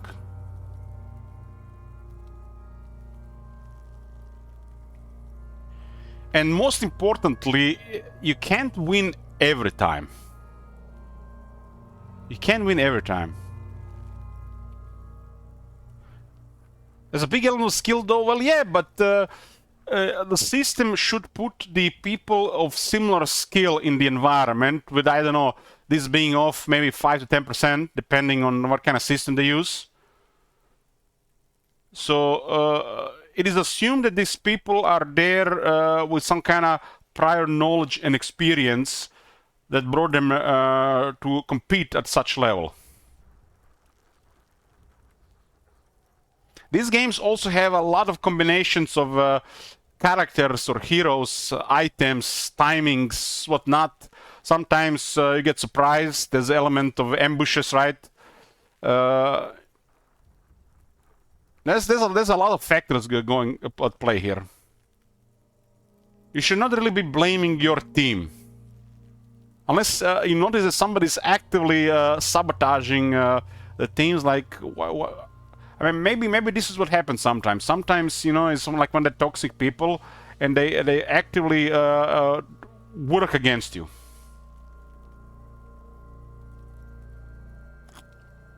People are gonna be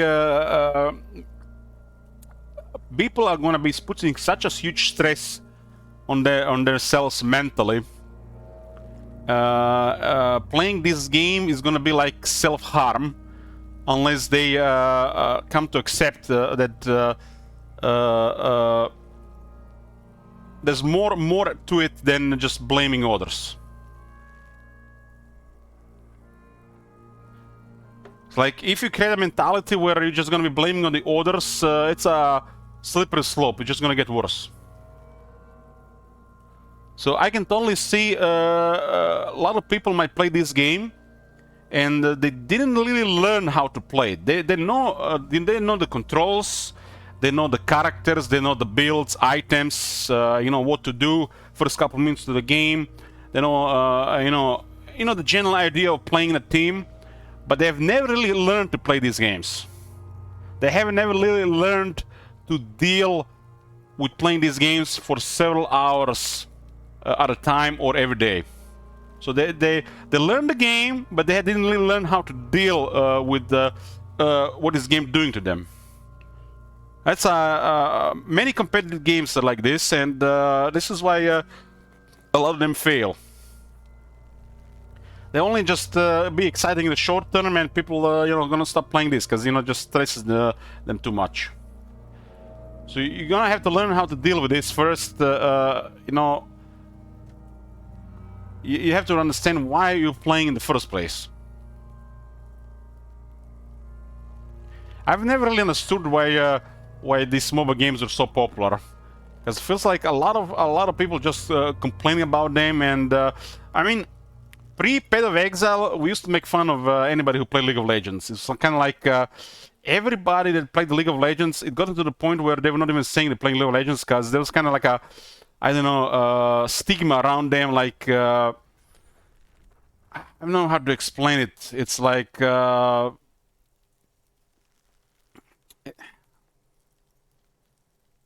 don't know. I guess it's just a stigma. It's just like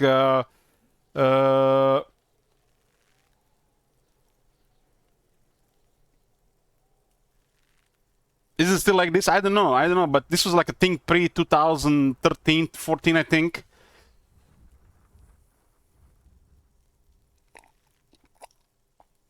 All the shit stories that I've learned over the heard over the time, and the worst of them I've heard always about League of Legends.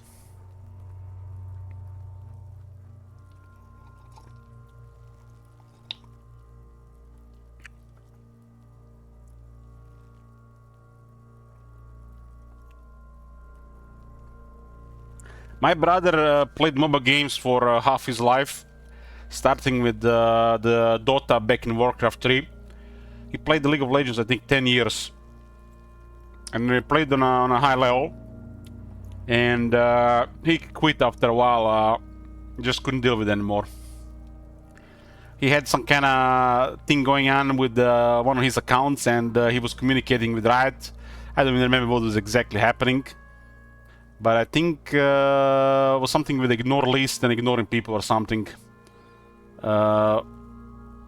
Some causes some trouble with communications or something, and he just quit after that.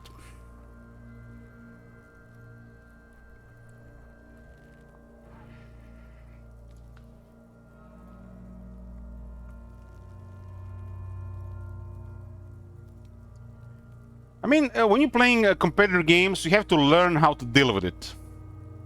Learning how to play the game is easy. If you keep playing it, you have to learn how you're gonna deal with it. Because competitive games, they change people, and if you don't learn how to deal with it, it's gonna be for the worse. It's very stressful. It messes you up mentally, psychologically. And those that play at a professional level, they probably have some serious issues, especially if they haven't learned how to deal with it.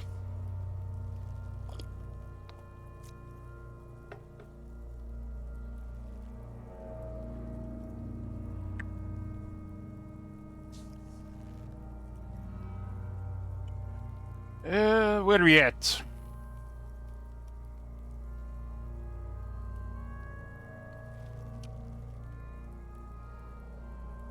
The top level players actually have therapists helping them cope. Jesus. Well, that makes sense.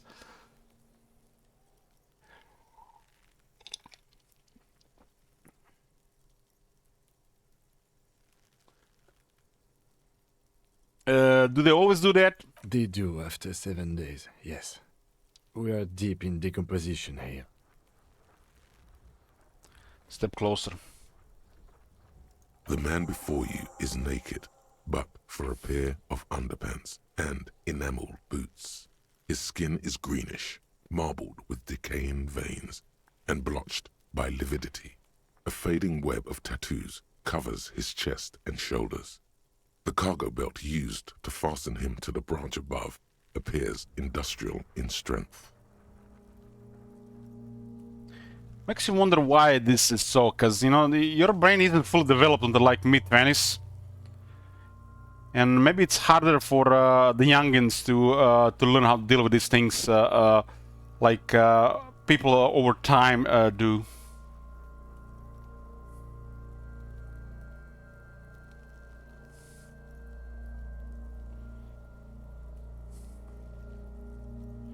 It's kind of crazy how the more time passes, more people have issues with mental health when it comes to online stuff. With the expansion of the social medias, the ugly side of human nature has been like never more clear, and it's gotten worse than ever before.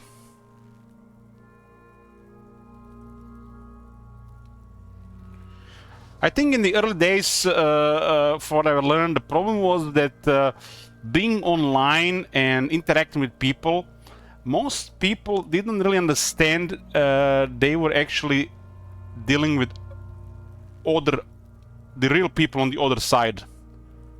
So the game you were playing, the chat you were using, the forums you were on, they never really felt connection like there was a real person on the other side. And taken many years, probably until like pre-2010, you know, most people didn't even treat the others on the internet as real people.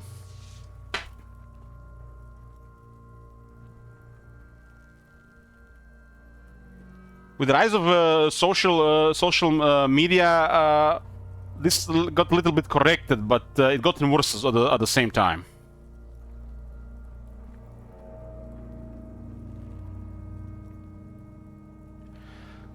I thought about these things.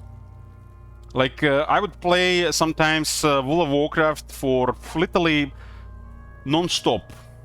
From the moment I wake up to the moment I go to sleep, I would play with the same people. And I would spend more time with these people than with my family or anybody else.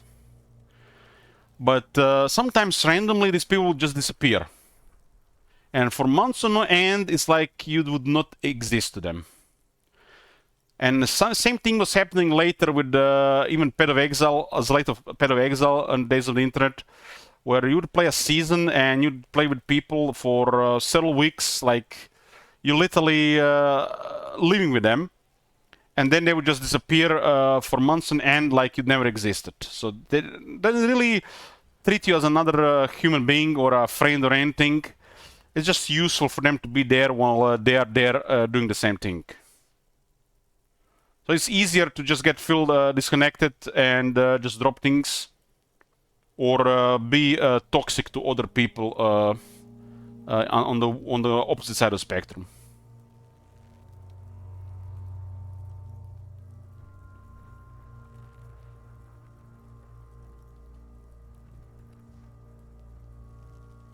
That's why even nowadays in 2025. You go on a Facebook and you check one of those posts, and sometimes it could be like some kind of a sexy post where there's a very attractive woman, and then you would see some guy with his real name, a little surname. He would post some really nasty comments, like real nasty shit. And you could literally click on this guy's profile, go see his pictures. You can see his wife, his kids, his extended family, and everything. But he's a real, scumbag treating other people on the internet. So I still don't really understand this. And this is a normal thing that is still happening even nowadays. And everybody sees his name, his family, all his friends. It's all public information. And he's even smiling those pictures, yet he's behaving like a real piece of trash to strangers to the internet.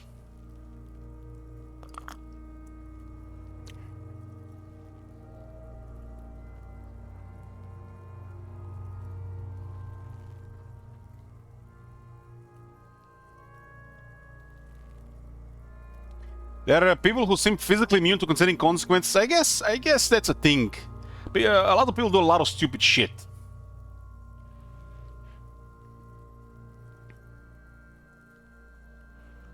Okay, I'll inspect the boots. The material appears to be ceramic. Its clean white stands in stark contrast to the decaying flesh above the knee. Looks The like man wore stormtrooper thick boots. polymer socks, probably for padding. A fine array of interlocking plates covers them. Delicate and fragile, they feel alien to the world around you. Out of place somehow. Out of place. This barely succeeded on this one. These are clearly not boots. They're armor. Possibly part of a larger set.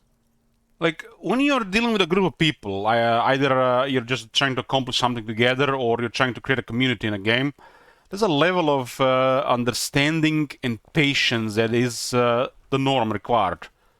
And this is the same in the real world. Sometimes you have to wait an hour, in a group for anything to happen. But online, it's like this non-existent. It's non-existent. Nobody has this level of understanding or patience. Like, shit is not happening within a couple of minutes. They're out. Everything collapses. And over the years, I understand that this has just gotten worse. Like, organizing groups of people, especially large groups of people, there has to be a level of understanding and patience. Patience is very important. Like, large groups of people will not work without patience. But nowadays, it seems like it's impossible. It's usually the people who have this patience are usually people who have already experienced this thing in the past and who have experience. Like, they've already been doing this for a couple of decades. But nowadays, nope. Go now. And this instant gratification shorts, TikTok shorts, YouTube shorts, Facebook reels, is made things even worse.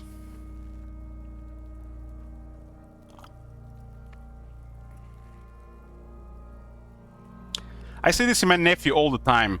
It's like it sometimes feels like it's impossible for him to do nothing for a couple of minutes. He has to get his phone out and go check Discord or some videos or something. Like, she can't just be standing still for a couple of minutes. It's visible. It's bothering him quite a bit. 10 minutes. It's like probably torture. When he is like he lost his phone because I don't know some punishment from his mother. Like, noticeable agitation that day because he's not spending on the phone. Withdrawal.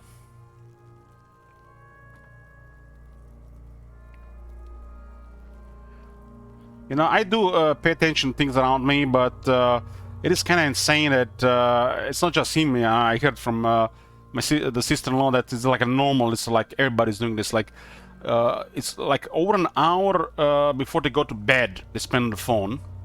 And over an hour before they get out of bed, they spend on the phone. And a lot of mornings, they spend like hours on the phone before they even take a piss or drink water or anything, let alone, get out of bed for real.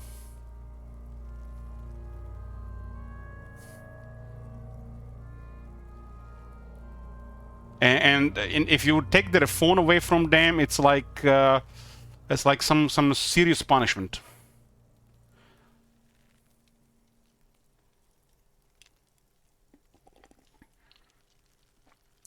Kids are way more susceptible to this type of behavior than the grown-ups. Because grown-ups have already experienced this shit. We know better.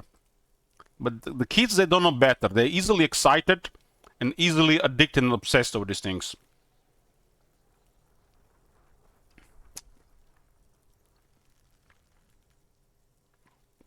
They haven't burned out yet, what I'm saying. They still have time.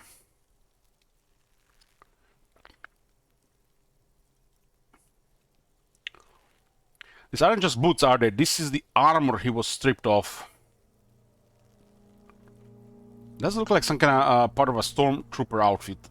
Indeed. Technically speaking, these are sabatons, not boots. Well, he's right. Look at this knowledgeable Kim. Oh, the lieutenant uses a memo technique, A6. That's not just any notebook. It's a classic.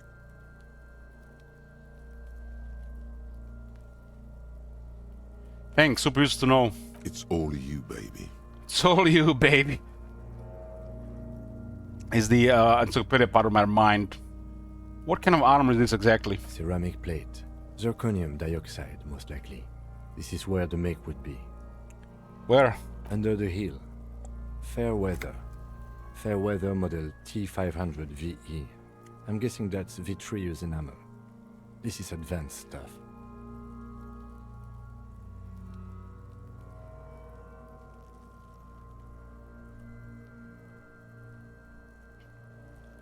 The material looks out of place here. It is. It's expensive.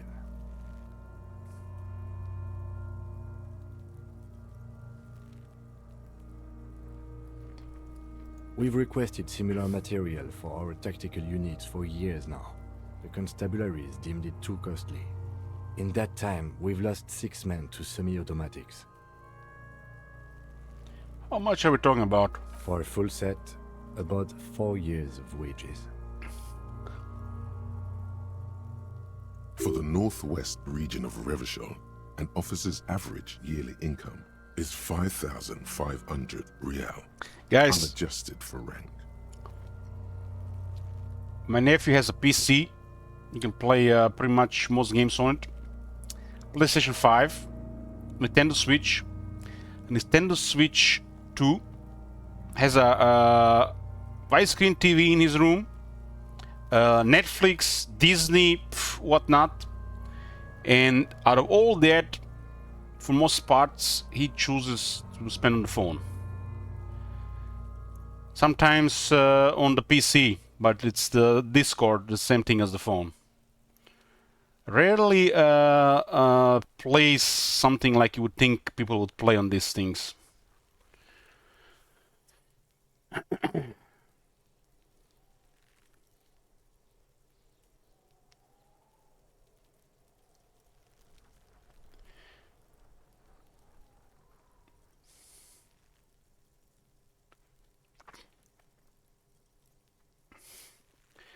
$5,500 a yearly salary.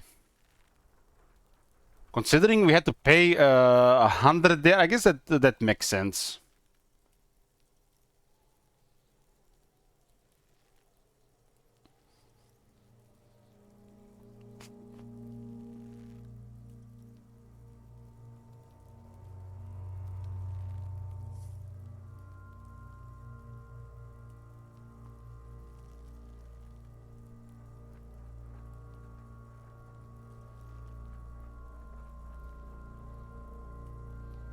It's actually, considering that we had to pay 20 for the hotel, the salary kind of sucks actually.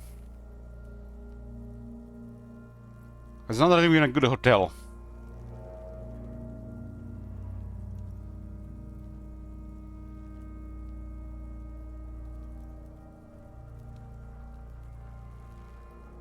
But then again, living in a hotel, I mean,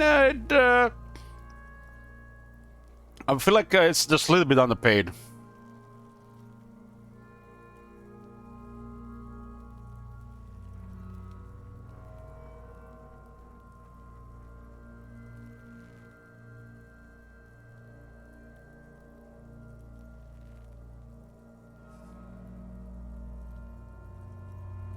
Maybe we can take the boots and sell it to the pawn shop.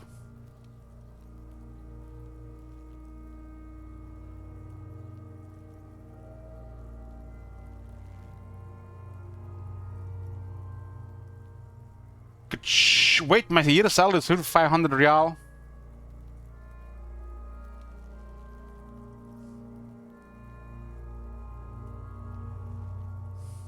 Not too much, yes.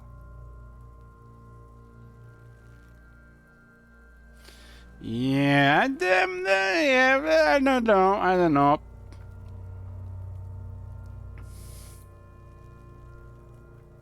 Unadjusted for rank.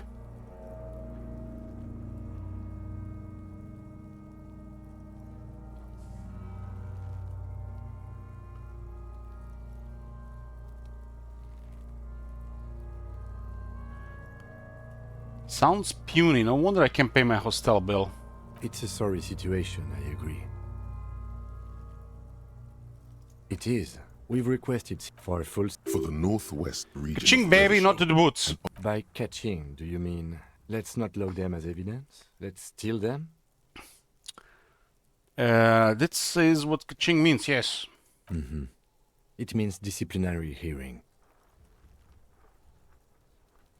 The lieutenant nods often. It's part of his unplastic expression range, communicating both professionalism and sarcasm.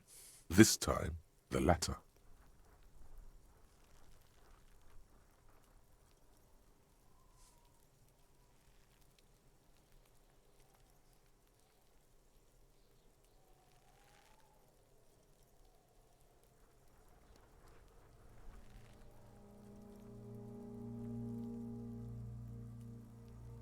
Knock on the boot. A small bell-like sound fills the air, like tapping on the side of a porcelain cup. Sounds fragile. It's anything but. This material is a kinetic redistributor. It spreads kinetic energy horizontally, from plate to plate, dissipating it entirely. See? Faint, organic lines cover the plates where they separate into smaller ones. These plates then divide into smaller plates until there are hundreds of them altogether. Like whirls of floorboards, the design looks organic, influenced by highly resistant wood materials, like lignum vitae and ebony perhaps.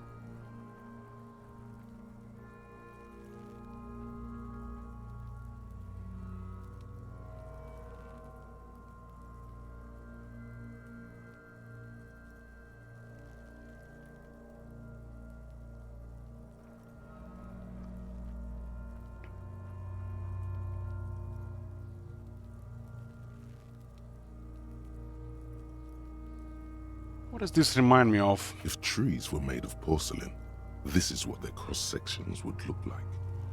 Run your fingers over the lines. The smooth, glossy surface fractures into ever more intricate interconnections, peaking on the right sabaton, where you notice. The whirls are in the shape of a letter and number combination, E50, 100, 1000. Point to it. Looks like there's a serial number on the right sabaton. Good. Can you read it to me? X5415 6745 678222. Let's lie. Drama! That's what I'm talking about. Let's do it. That doesn't sound like a serial number. Where's the structure and logic of a line of manufactured products? Well, no matter. We should run it anyway. True. It didn't have the cadence and logic of a real manufactured item. Yes, let's run it as I said. We have a make and a number. That's something. We can use the radio in my kinema to run it later. Either station can chase it for us. So we know that we lied. We know that we have undermined the investigation here, but the Kim doesn't know. And if we fail, we can further use our actor skill to like wonder, you know, like what went wrong? We did nothing. It's like that guy playing League of Legends, you know. But secretly he's having a blast, just not showing it. He's like so excited, he's just shaking from, you know, fucking things up.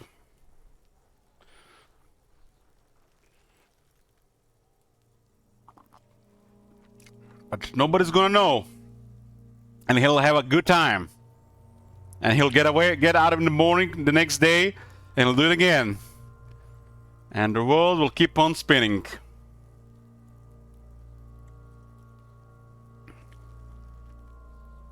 How could this man afford such expensive hardware? That's for us to find out. Mr. Gart implied he was security personnel for the harbor company. This confirms my own assumptions. Young Elich would be the good guy. He would try to make things right, and he would sleep like a baby for it. First time I played Fallout 3, I blew up Megaton, killed everybody in the city. I felt so bad, I couldn't sleep. I woke up, I literally started a good guy run. several years later, when I think about it, it was like a couple of years after I started streaming. I guess Twitch and the streaming changes, man. Now I'm all about the opposite side of things. Doing stuff that feels wrong and denying closure, satisfaction to the characters in game, even if it doesn't fit with the player character. The player will understand and feel like, you know, if the player cannot get the satisfaction anymore, the NPCs will not get it, and this causes satisfaction. Even if the game doesn't support such a system, as long as you fucked up shit, it's right by me.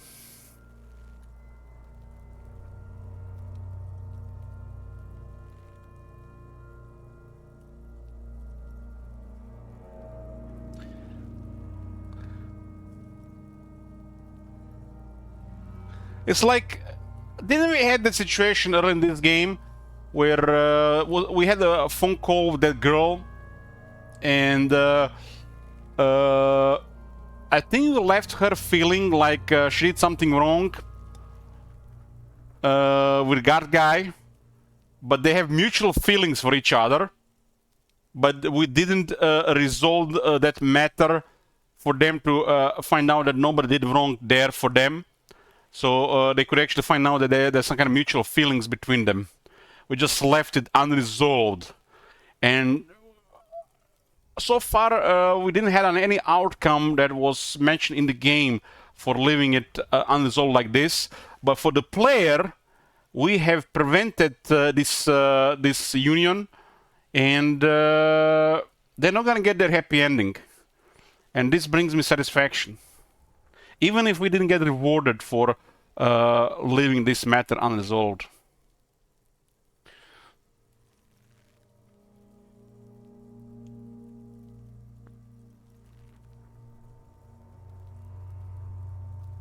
This looked pretty advanced for a security guard.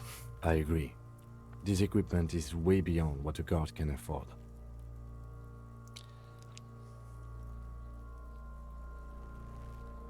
Where's the rest of it? Scanned by the locals? Piece by piece.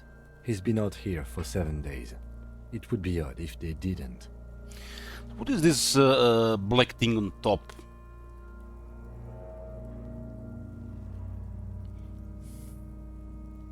We should keep a lookout for these species. The armor could yield information. This is one thing he might actually know. Kuno, I don't want to talk with Kuno. Maybe he was just wearing these boots and there is no rest of the armor. No, I think he had something precious underneath the clothes. They had to remove the jeans and shirts we found to get to it. And this kind of armor is often worn under fabrics. Nice. That makes sense. That logic is always logical.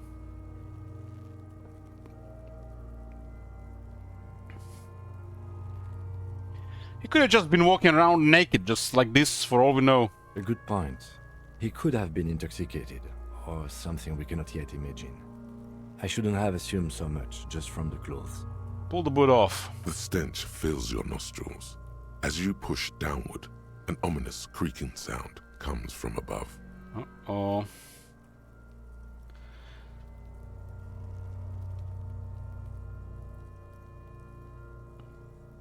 Will the branch snap? Stop!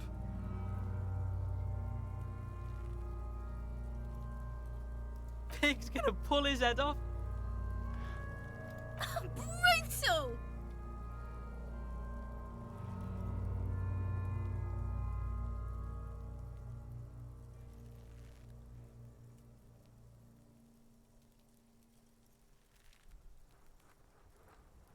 Let go of the boot. What's wrong with you, asshole?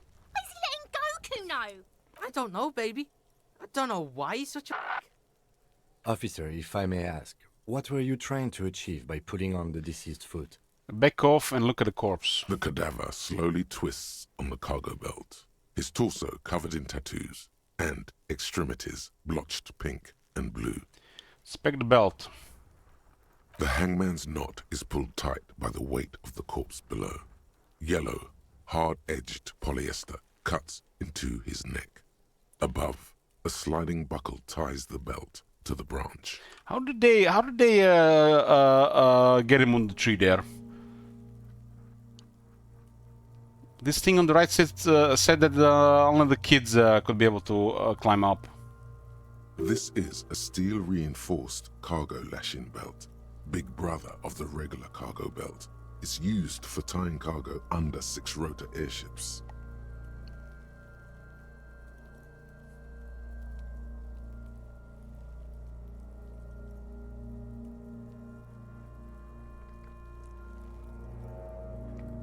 Don't ask me how I know, but this is a lashing belt used for airlifting cargo. Airlifting? I thought it was used on lorries for strapping cargo to them.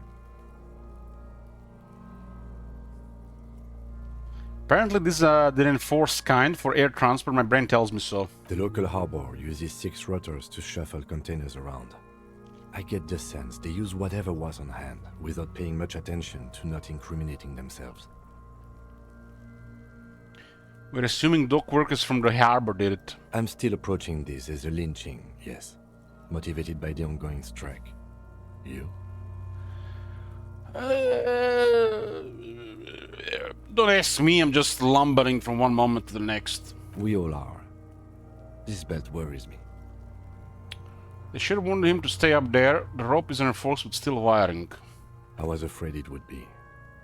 Thin steel wiring, parallel strands. This makes getting him down more problematic than I had assumed. How did they even get him up there? A noose is one of those things that's easier to use one way around. They climb up using the kid's ladder, point to the one on the side of the tree. I was wondering about this just earlier. That ladder can't carry a grown man. I didn't see any splintering either, did you? I think they lassoed the branch, then pulled on the belt to close the buckle. Could be. The shape of the branch supports the theory. Back over, look at the corpse. The cadaver hangs from the cargo belt, limbs limp and torso covered in tattoos. Inspect the tattoos. An intricate web of blue lines stretches across the torso, from the right shoulder to the solar plexus.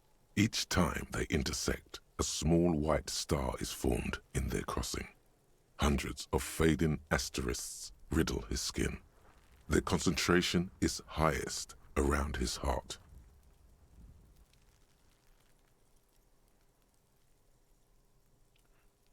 Is this the map of the night sky? A map of the stars.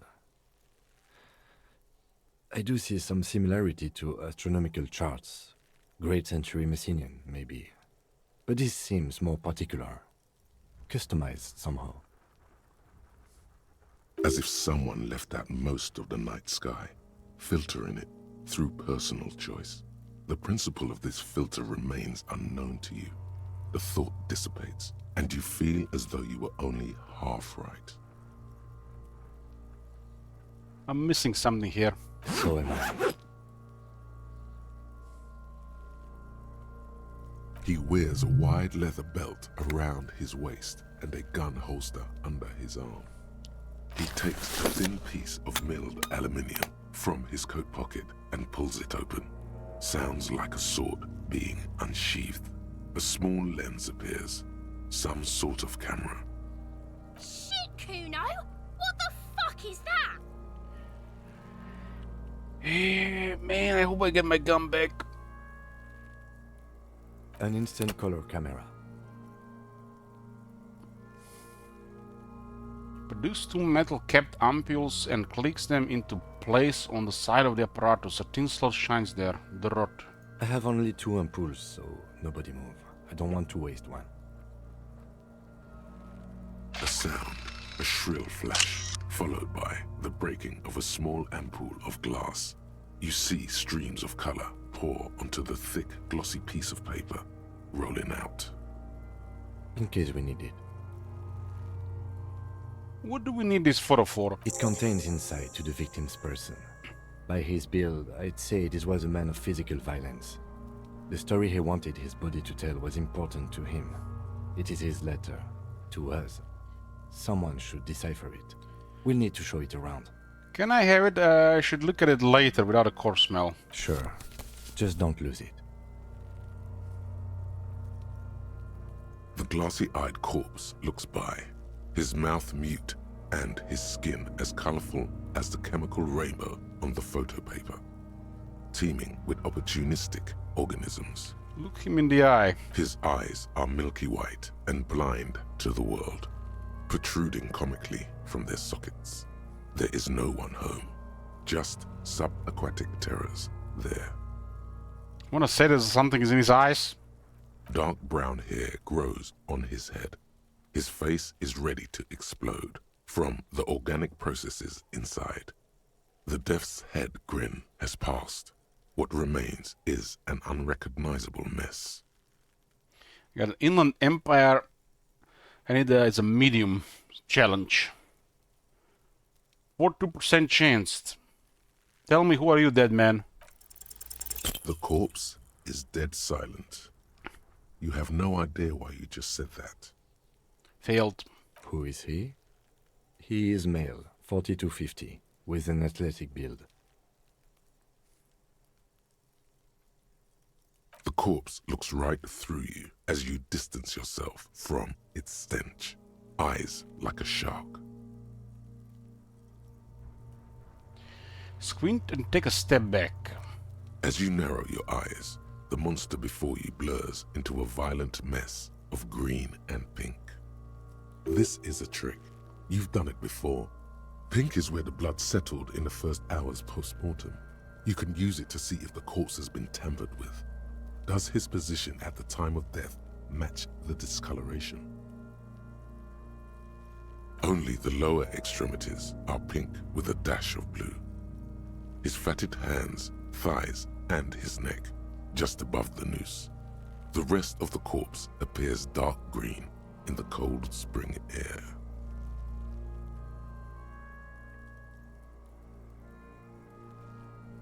His face and hands are pink, thighs too. I see it.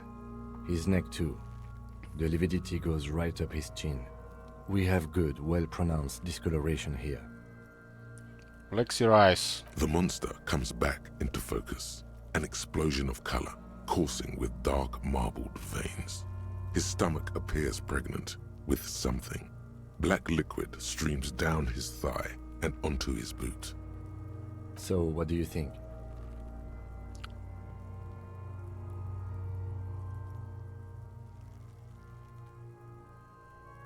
I think he's dead. I agree.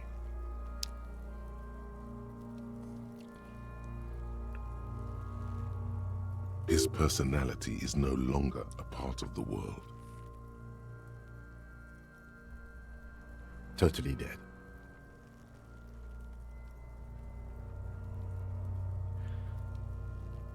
Totally. Absolutely.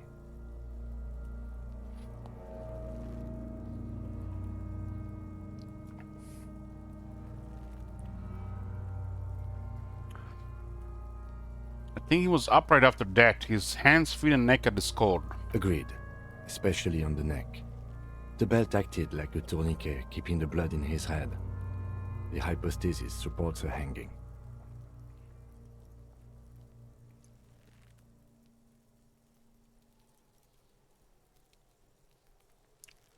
Yup, seems like lynching to me.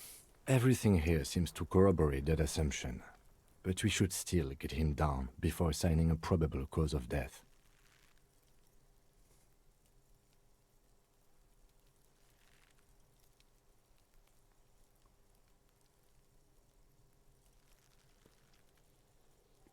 However, no, something is coming out of him. A pool of blood and feces has eaten into the frozen mud below the man's feet.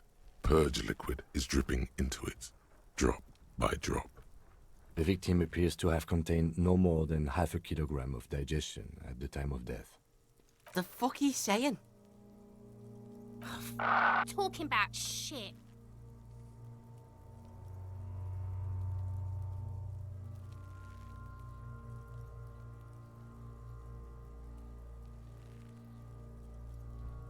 What the fuck is this number 3?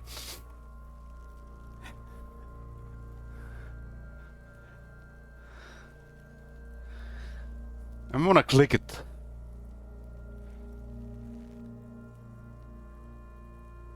Goddamn right, I'm a F star at T. Turn around and yell. Malicious laughter erupts in the yard. Sounds like seagulls. Goddamn flying rats. Big said he's a. The lieutenant's face is made of stone. He's beating up. See the bruises. I do. Most of them are post-mortem. Maybe even all of them. The delinquents have made our jobs harder with their little sport. Hey look, we'll antagonize the kids their opportunity. These are not kids, top manager. These are malevolent entities. They have pure darkness and void in their souls. Stop talking in riddles, coin slot. He means you fucked him up good, Kuno. Fucked him up brutal like.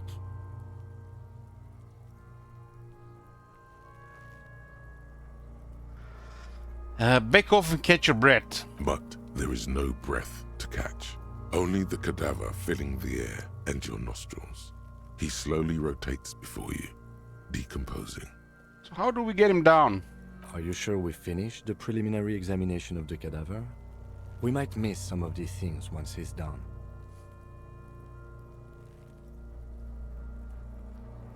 Step back and have another look first. The cadaver slowly twists on the cargo belt, his torso covered in tattoos, and extremities blotched pink and blue. Yep, the preliminary examination is done. Let him get him down from here. From there. The steel-reinforced belt presents a unique challenge. I brought chain cutters, but I don't see a good angle of approach to the belt. He doesn't actually think the challenge is unique. He thinks it's frustrating, Level up. annoying, and harder than he thought. The cadaver is a good 1.2 meters up. Neither one of us can reach the belt without assistance. And even if we do, there's the question of cutting the airship strength material.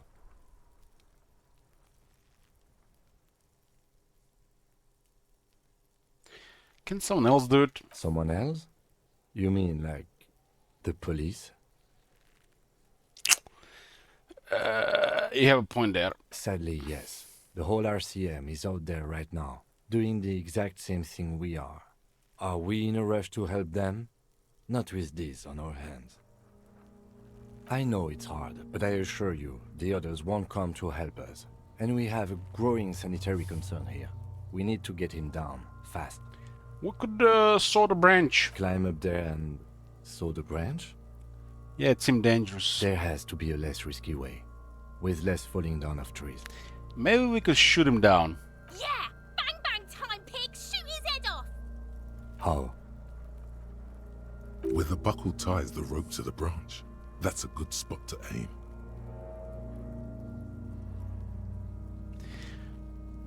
Point to it. There, the buckle holds the belt together. Where? Ah, yes, I see. If the shot hits that, there might be a chance to release the belt. Yeah, now we're talking. Entertain a Kuno with some shit. They'll miss! The pigs will miss Kuno. Take the shot, Lieutenant. What's the worst thing that could happen? I'll blow his head off. Take it! Take the shot! Yeah, take the shot. Kuno wants some of that shit. Silence. With his elbow sharp, the lieutenant unzips his jacket and produces a lightweight firearm. He drops a paper cartridge in the barrel, separates the scouring stick, and gives the cartridge 5 tucks, securing it in place. That's a Kiel A9090 Armistice, mass-produced muzzle loader, ascetic, frugal, one of the most common firearms in the world. He then steps back and assumes the fellow's stess position, taking aim. The corner of his eye twitches. His finger is on the trigger. He's gonna fucking miss! The kid's voice is drowned in a shrill blast that echoes off the walls of the surrounding tenements. A cloud of smoke slowly parts in the air as the lieutenant steps back, and says to himself, God damn it. I guess Kim rolled double ones. a lot of things were wrong with that shot. The Phalostes was the wrong choice. His shoulders were raised, but above all, he cannot trust his eyesight. Fucking idiot! Mookabat asshole!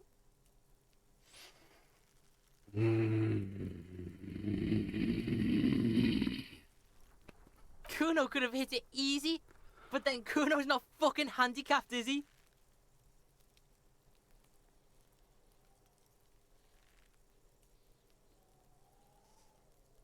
What now? I have to say, it's beginning to look unlikely we can get him down without assistance. You know, you don't feel like too bad of a shot yourself.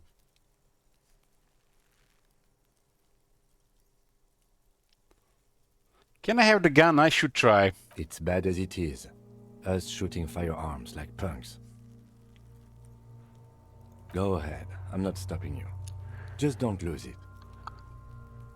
They only have one gun!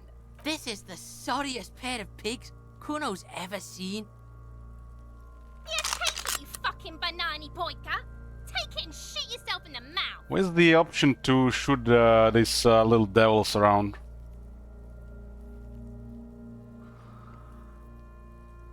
Fill the weight first. The cold piece of bakelite and gunmetal is surprisingly light. Your fingers fit right through the guard, instinctively resting on the trigger. You've held this, an A9 Armistice, before. At some point, it probably used to be your choice of firearm. It still feels comfortable. This interfacing picture looks so creepy. The fuck are you waiting for, Kuno? Tell him to shoot himself in the mouth! Point the gun on the belt. The buckle comes into focus in your sights. You stand with your feet planted firmly in the ground and your left hand supporting your gun arm. Why don't you just shoot yourself in your mouth? At least you won't miss. Point the gun at Kuno S. Do it! Set me free! Don't. Do it!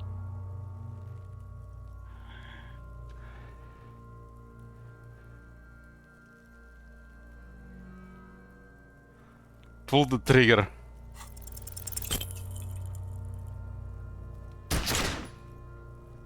Goddamn missed! You hear an explosion. Failure of 7! The branches Why of the you pine tree miss behind of the all girl the shake ever rolls? so lightly. Your ears are still ringing. We can't get anything right in this game. A plume of smoke has erupted from the barrel. The little monstrosity stands in the cloud. Her face is petrified. Then it begins to twist demonically. You fucking learn to shoot!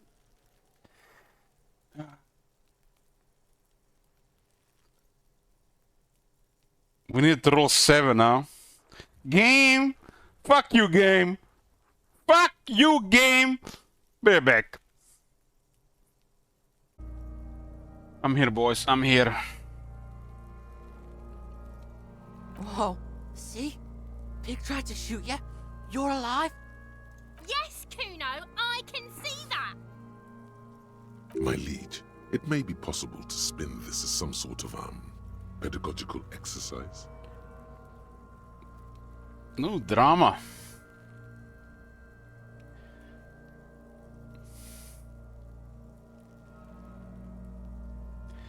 But I wasn't trying to teach her a lesson, I was trying to kill her. Well, then maybe you shouldn't have missed. This is merely a suggestion. If you want to be a failed child murderer, go with that.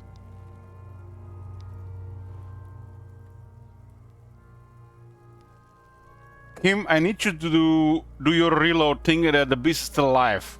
You sense nylon moving somewhere to your left. There's motion in your peripherals. Then it's already too late. The gun has left your hand, still numb from the recoil. The lieutenant holsters it under his arm. I think you're underestimating the gravity of this situation, officer. We need to take a breather from this scene. Now. But what about the body? We need to go to the harbor and ask the leader of the Union to have it taken down. They have the tools, and they have men. Why didn't we just begin with that? I did not want us to be indebted to a man like Everard Clare. I wanted us to be able to deal with it ourselves. That is clearly not the case. You need to suck my dick! Why the fuck am I still alive? RNG, little girl. RNG saved you.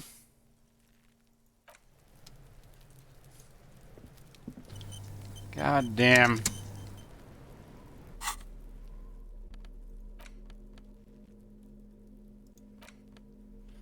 Then Kitsuragi snapped this photo of the hangman tattoos. It displays the intricate web of blue lines stretching across his torso. You have to admit it looks quite cool.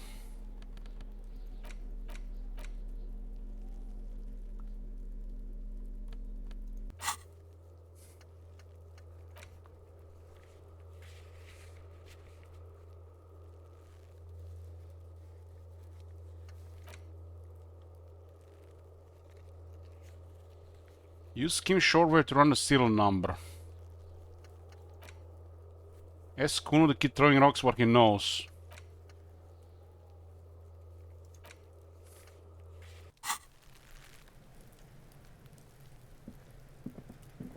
So you tried to kill Kuno's girl? What's up with that? You want to talk about it? Sire, it just went off. Kuno, I wasn't trying to shoot her, it just went off. Something just goes off. Kuno wants to like reckless shit. But then you almost kill Kuno's girl. Kuno's conflicted and shit. Stop bending Kuno's mind and stop waving your gun around, kid. What the fuck is wrong with you? I need speed. The lieutenant nods. What you fucking nodding at there, Clad? Kuno sees that shit. Let's just talk shit. Kuno needs to calm down.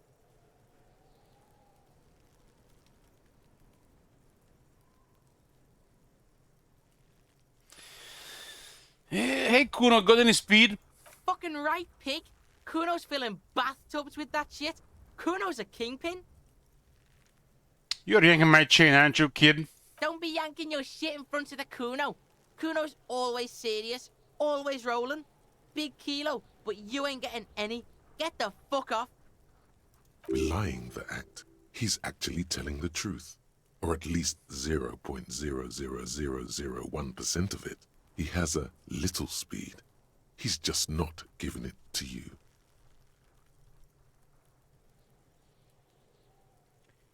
I won't discuss the body with you. Kuno, I found your shack. Point to the shack. You found Kuno's secret door to Kuno's secret shack. It was closed for 5,000 years. How the fuck did you get in? I phase shifted through the roofing material. Shit. Get the fuck out of here. You can't do that. He can't do that, Kuno. He's trying to fuck at you again. Pigs can't displace. Can't do that teleport shit. How did you like it in there, pig old boy? Kuno's got a lot of cool shit there, right? What was with the pig head? Oh, that? Kuno decapitates pigs. That's just a Kuno demo tape.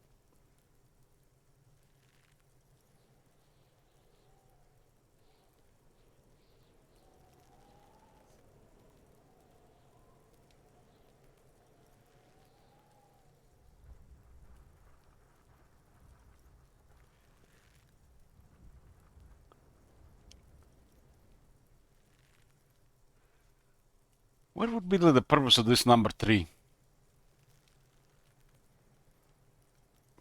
I mean, it looks like Kuno finally calmed down a bit. We had to just stoop down to his level.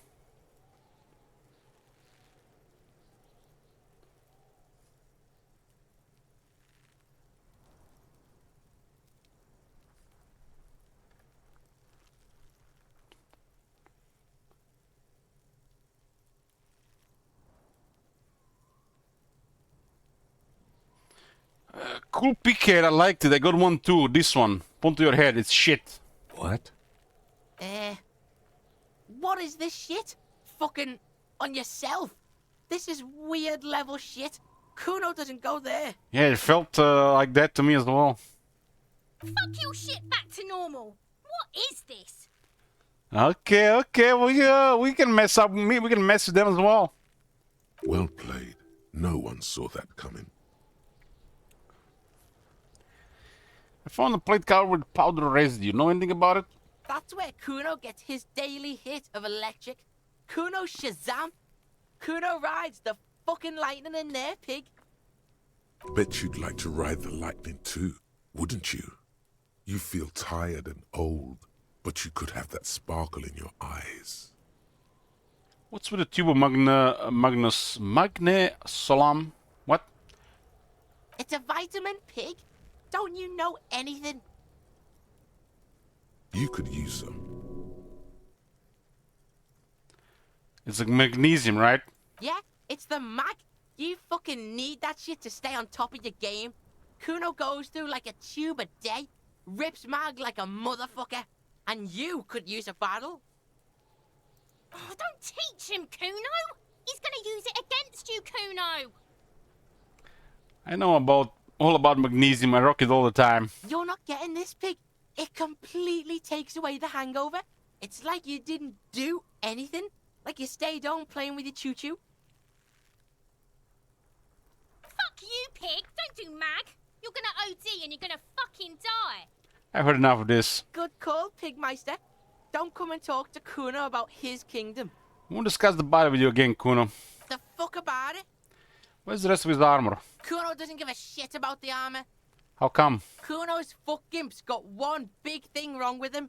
He's a fucking mutant. A mutant? Look at him. Fucking growth hormone shit. He's a giant. The armor's too big for any man. Kuno doesn't give a shit about that freak armor. Kuno threw that shit away. What do you mean you threw it away? Kuno tried to get the helmet on. It was too big.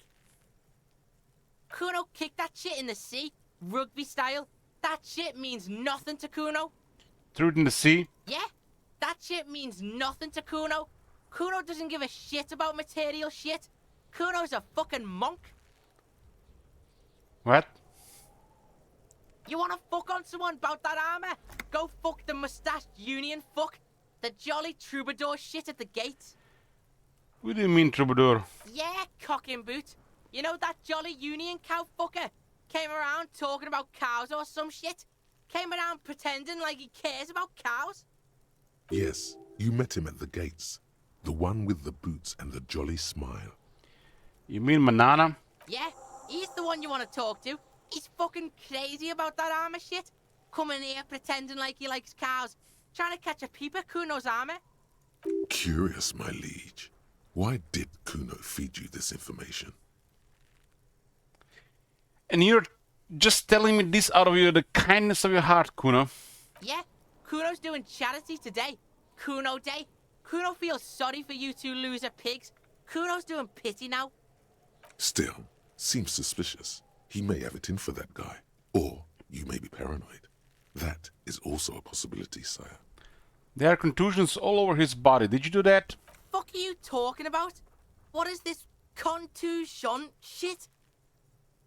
He says you're stupid, Kuno. They want to make you stupid again. A contusion is a bruise. I'm talking about the marks your stones left on the corpse. Oh, did Kuno make your shit sniffing harder? Obstruction of shit sniffing? This is Kuno's kingdom. Kuno fucking rules here. You hear the lieutenant hum. You're testing Kuno's patience here. Get lost,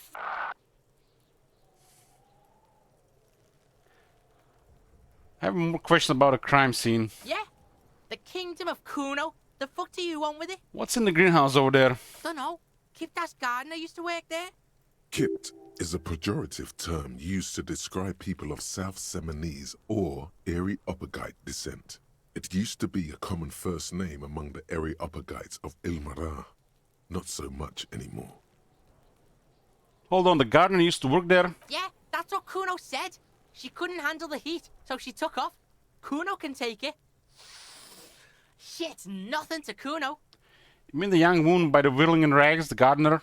Look, Kuno doesn't explain shit. Kuno just says shit. Yeah, her. What was she doing in the greenhouse in March anyway? What kind of gardening is done in March? Fish is sometimes used to fertilize the soil a few weeks before planting something. Maybe she was preparing the garden beds. Challenging encyclopedia. I could ask her about that. So we got this one from the challenging encyclopedia. Yes, it seems suspicious. You don't like things being like that. Suspicious. The dead man clothes were in the trash container. Point to the container. How did they get there? Yeah, Kuno doesn't know shit about that. That shit is beneath Kuno. I need to know. It could be a lead in the investigation. Someone may have tampered with the murder scene. Listen, listen. Kuno doesn't care about this small-time shit. Just listen. Kuno saw what you did there, dumpster diving. Sad shit. Kuno could hook you up with some sweet rags. Shit like Kuno's wearing. Your size, good price. 500 real. You'd have to be blind not to notice the giant white letters F-A-L-N running down his trouser leg.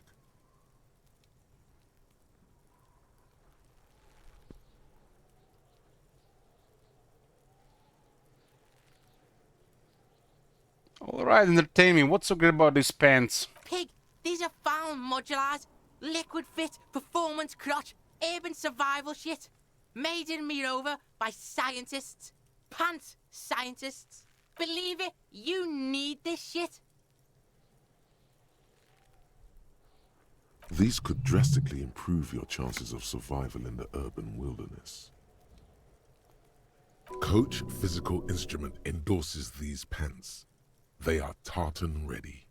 They will also make you into an idiot. There's like 3 different checks that are totally different stuff. 500 real for pants? What the hell?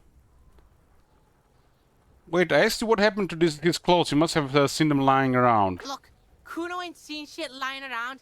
Except for that up there. Now you want performance gear or not, Grandpa? The lieutenant remains silent, but his expression couldn't say, "I told you so," any louder. Might be in the pants. Let's talk about this later. Alright, Pico. Shit's rolling. Don't do business with the pig, Kuno.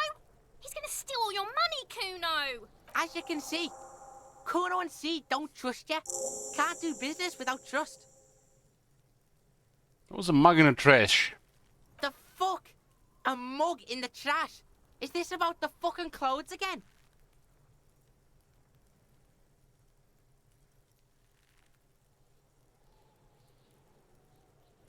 Yes, does this quaint, better not taken out of its historical context mug have anything to do with it? Yeah, Kuno sees where this is going.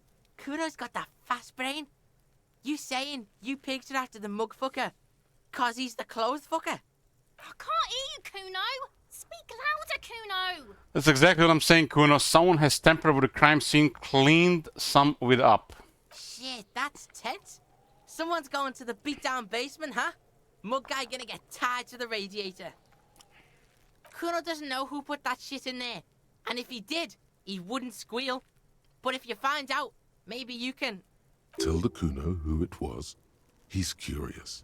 He likes putting 2 and 2 together here. Stop turning into a pig, Kuno. They're trying to get you hooked on the snitching. Get away from my Kuno. Yeah? Get your bacon shit away. Kuno doesn't like to be seen with the popo. Get your shit done and out of Kuno's face. The ladder, ever climb it? Look at that fucking shit. You're trying to get Kuno killed. So you would say that ladder is unclimbable? Fuck does Kuno know? Kuno's not a fucking acrobat. The lieutenant takes a quick note in his notebook. It's a trap, Kuno. Don't climb it, Kuno. Yeah, whatever. Kuno doesn't give a shit. Kuno, let's talk about your check again. The fuck do you Fair enough. good call, Pigmeister? Empathy at 3%, so we have to roll 6 or some. Hmm.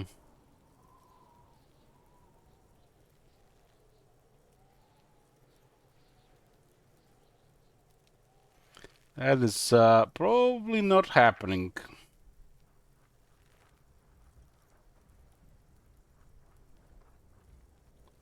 Might as well attempt it. Figure out what's going on with this kid. He's on your crime scene, bossing you around.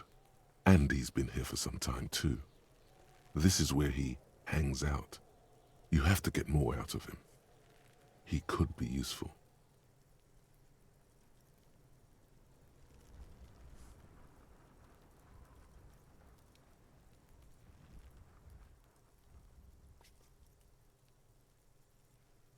Uno, City of Rage, Night City. What's going on there? I'm intrigued. No! You told him about it and now he knows your name! This city is not fucking lame. You are lame. Kuno's tired of defending Rage City from... Just fuck off, alright? And fuck you too, putting Kuno on the spot like that. Kuno doesn't need to fucking explain his shit. Kuno's king. He rules here. Fuck did you want? Kuno seems like Kuno's mother dropped in a couple of times. He felt like head first. Explain himself, as if explaining some kind of work, some kind of avant-garde work way ahead of its time. I'm intrigued. You must get to the bottom of this one of these days. Sadly, it's unlikely to happen today. Mm-hmm. Kuno doesn't fucking care. Hear that? Magnesium. That's what you're lacking. The lack of magnesium has you slouched. There's a lack of magnesium in me? Yes, and it's critical. Look at yourself. You're practically devolving into a fish due to the lack of magnesium in your bloodstream. So I need to mag it up. You need to get so magged up. You've probably had 2 heart attacks and a minor stroke already. And the only prescription is insane amounts of magnesium.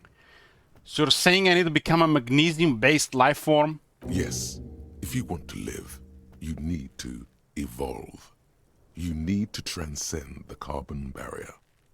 Go to the apothecary and buy insane amounts of magnesium.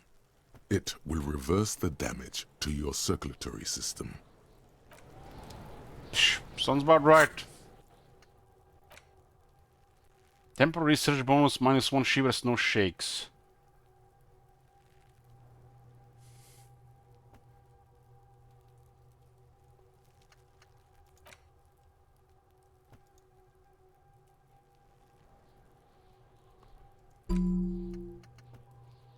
It is generally understood that human beings are carbon-based organisms, fusing little carbon tubes together to form complex, mushy structures capable of thought, love, and locomotion. It is also known that these structures sometimes like to take the edge off by consuming ethanol, amphetamine, etc. In such cases, it is important to supplement your body with magnesium. Tired, maggot. Down, maggot time. Liver damage, Maxu Mag. Some people say magnesium doesn't really do anything and you just need to quit. What do we tell them? Maxu Mag. I did read the name of some of these thoughts ahead of time, so some of them were like literally shown ahead of time. Like you would see the conversation leading to unlock them. But hard to say what these things even do. Again, I have to research to see what they do in the first place.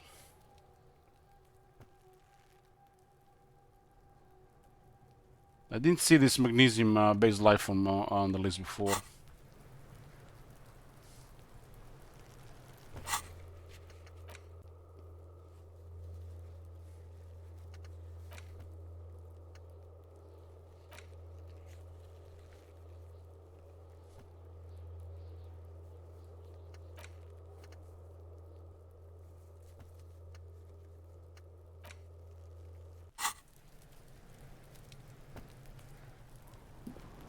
Yeah, let's see what's around.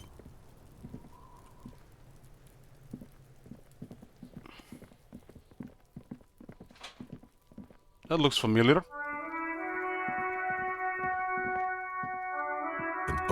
call box with a matrix of push buttons lists all the companies in the East Delta Commerce Center.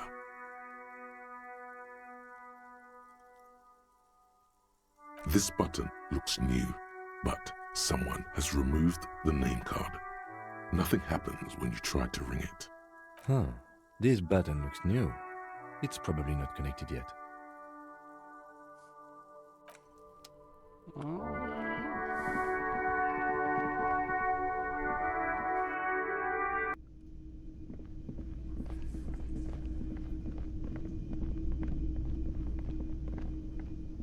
Can I help you? How about my bill for tonight? Got the 20 real? Good. You got the room for the night, but remember, you'll need another 20 real tomorrow. I think I saw that girl from the start.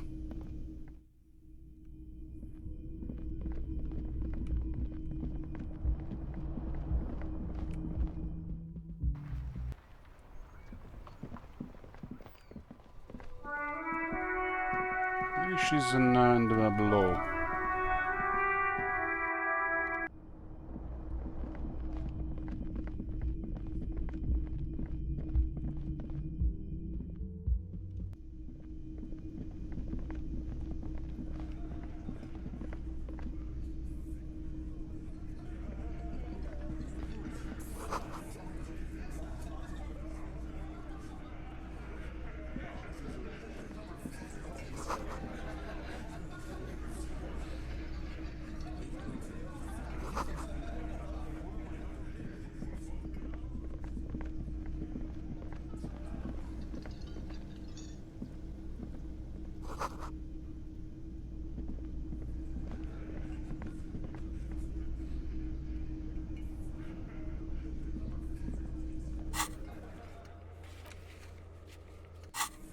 Let's go as the gardener.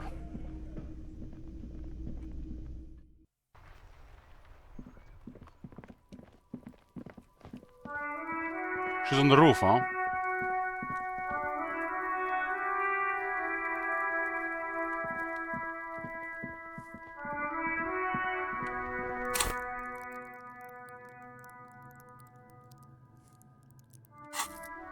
So far, we had actor always to roll higher than we needed. I am a gander and a hunter and a gatherer. Feel like a traveler. A simple little cadence. He seems to be making it up as he goes. From another planet. Hey there. I'm the law. You sure are, my man. What's going on here? It's the jam, my man. The air from the east is thick with the smell of crude oils, heavy metals and other byproducts of the modern era. You can almost taste it. What's the jam? It's a traffic jam for the ages. Harbor gates up the street are shut tight. No explanation given. Workers on strike, scabs agitating, an all-around clusterfuck. Meanwhile, we're all stuck here in long-haul limbo for days upon days upon days.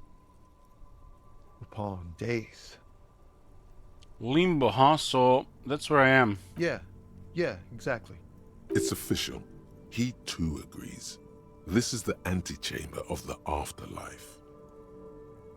Antechamber of the afterlife. Well, the soundtracks definitely made it sound like that. Feel like that. How long have you been here? Feels like forever. Like I was born on this here roundabout and this was all I ever knew. Just me and the metal and the tires, the oil and the fumes of mazout. Mazout is an antiquated term for heavy fuel oils. This man has a barely suppressed performative streak. Or he just likes unusual words. Or both.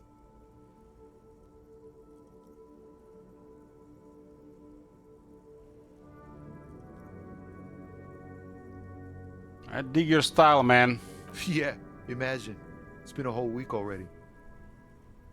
So tell me, what do you need? Got any smokes in you? Nope, don't smoke. Some of the other drivers do, though. There's still a few around, waiting for the jam to disperse. Or waiting for the sweet release of death. Yup, nothing wrong with that statement. Your senses have nothing to add. You'll have to ask around elsewhere. You could also check the kiosk down the street. Frit. With 3 T's. Rebishaw's weird. Can you spare some change for a working stiff? Huh? Oh. No, I ain't got any money. They don't want to pay for unfinished work. Who? The bosses, man.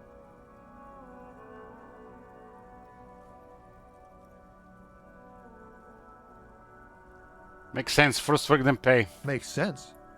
It sucks is what it does. Tell me more about this dirt strike. It's like whatever's going on over at the docks. Workers got a blockade set up, making demands, no way in or out. Going on strike would probably help you dodge a bullet or two. Maybe I should go on a strike. Maybe you should. Cops don't get paid much and the hours are long. Plus, you can get shot. Why not? The RCM is a self-managing organization that operates on donations. We promote our own leaders. It would be like striking against your own mother. So?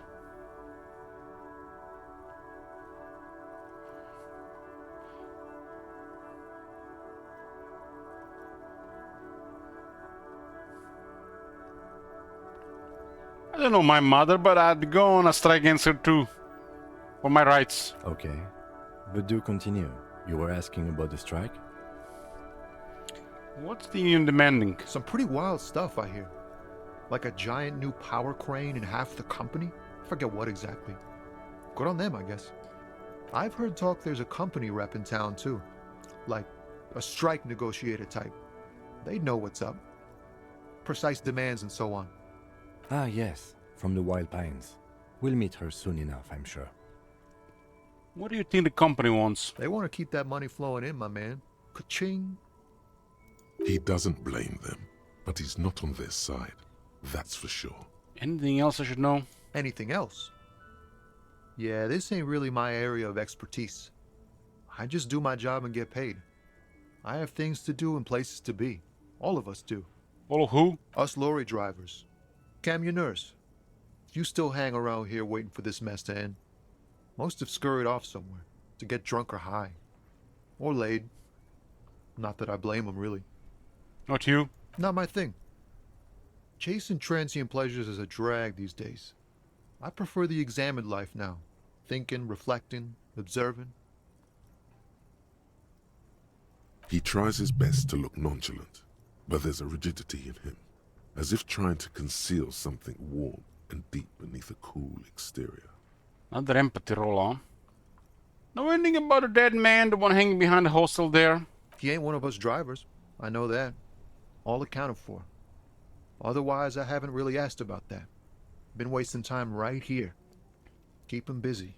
It's easy to see he's telling the truth. He's kept his nose out of the dark stuff.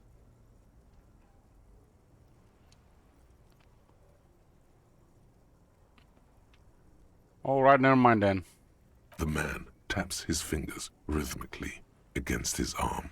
What are you hauling anyway? Oh, high-grade narcotics, illegal firearms, stuff like that. Relax. He's merely joking. Wicked, I always want a friend in the underworld. Ha! No, I'm joking, my man. Found runs a nice, clean business. This haul of cargo is mostly sporting goods. You know, tracksuits and that kind of thing. They usually get shipped to Grodd in the Occident, though we've been making headway in the Il Moran market lately.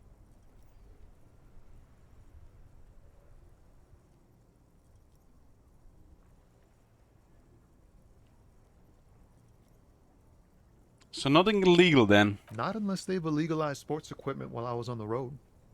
That's your machine behind you? This rockin' beauty. Sure is. Like a rash you can't get rid of. You interested in heavy-duty cargo machinery? A motor lorry, also called a camion, on Caillou and neighboring islands. This one looks roughed up enough to be some sort of found rust bucket. Maybe the A6. In Croatian, truck is camion. Interesting.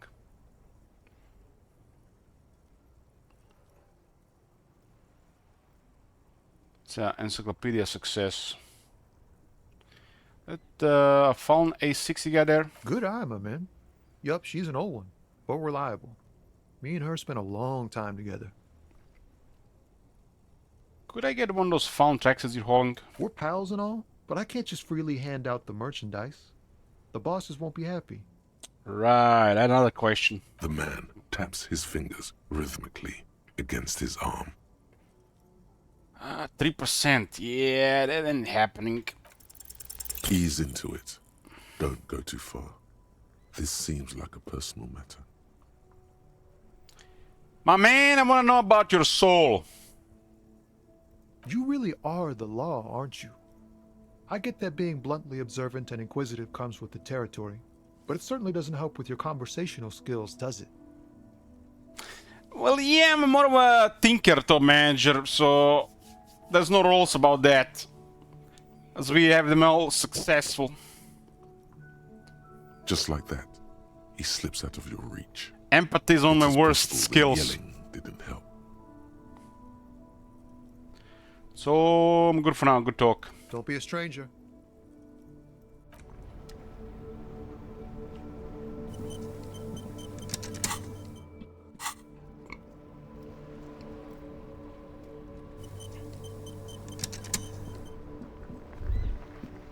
Inside, you see a set of steering levers, a radio microphone, a pull-out toolbox, and the soft glow of the fuel preheater Pick up gauge. the radio again. This is Precinct 57. How may I assist you? Could you run a serial number for a pair of armored boots for me? Sure, officer. What's the number? And the make of the armor, if you know it.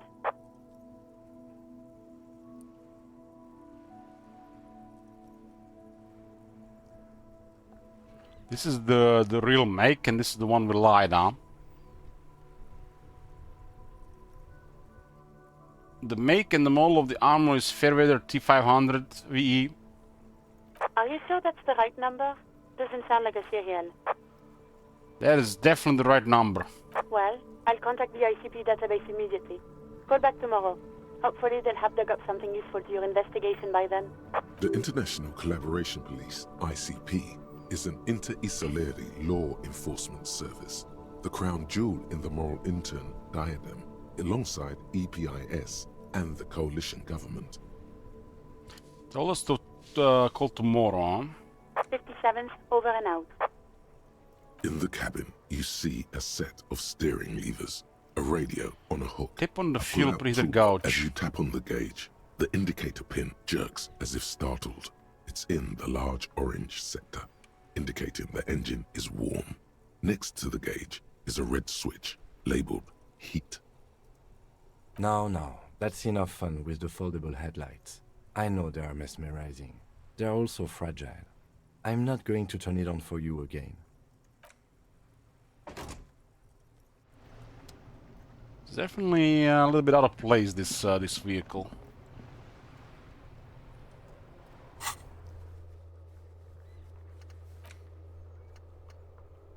What was that one with from the Monday? This one here. Behind the greenhouse in the yard, the basement door. Greenhouse. You didn't see this part here.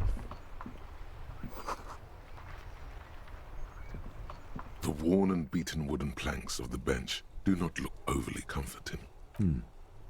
We can sit on benches after we've solved the murder. Let's go. You can revisit the bench if you ever need to pass the time when Lieutenant Kitsuragi is gone. This Post Lavantorie mail collection box has been heavily vandalized with graffito. A closer inspection reveals 2 bullet holes in the front. A faint sticker on the side reads, RCM Emergencies Desk number 8102, with a slogan, Mankind, be vigilant.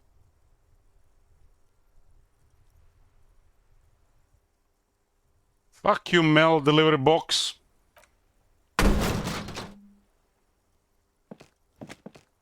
We haven't There was lost a health for hollow, that. saddened ring as you kick the Levantorie mail collection box. It sounds betrayed, in disbelief even. Your toe has suffered damage. It hurts. I'm shocked. Cool. You really showed that mail collection box. He does not actually think it's cool. If anything, the lieutenant feels sorry for the poor box. He's leaning in to inspect the layers of graffito that deface it. Rub your toe, you think so? You think it was cool? I don't. Let's go. Good mail delivery box, peta box.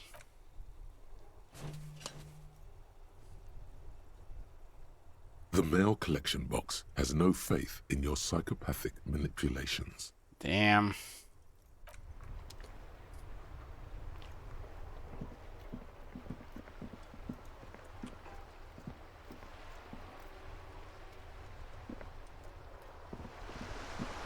This is more to this place than I thought initially. Have you no shame? Whining about your back every time you bring out the measuring tape. René, you're a man with a fork in a world of soup. Please, let's just try to enjoy the game, all right? I'm trying to, but you keep breaking my concentration. You're old. I can see that. We're both old. Now stop grabbing your ass like it's a girl. These manly men are playing balls. This is a ball game. Grab a ball and play it. Don't ask questions. Shoot first. Ask questions never. Alright, I got this. Ball time. That's the spirit. Don't even waste your breath asking about the game. They wouldn't know anyway. They're way past their prime. 92. Surely we not failed this. Grab the ball and show them how it's done.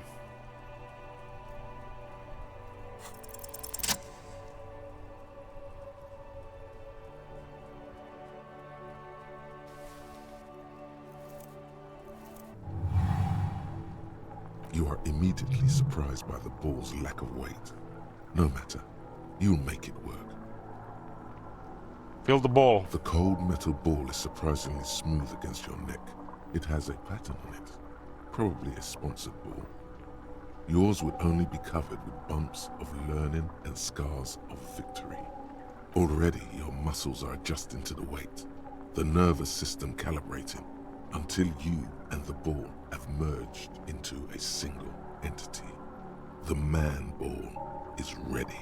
Man, why am I feel like I'm about to fire a hell cannon? Taking the surroundings. A chilly breeze ruffles your hair as you stand there, feet firmly planted. All sounds, smells, even the wind, everything fades until the only thing left is the union of man and ball. There is time for a last glance inward. Who am I? An embodiment of pure motion, a fine-tuned locomotor running at maximum efficiency. The inertia can be contained no more than a bullet leaving a gun. Let go. Be the bullet.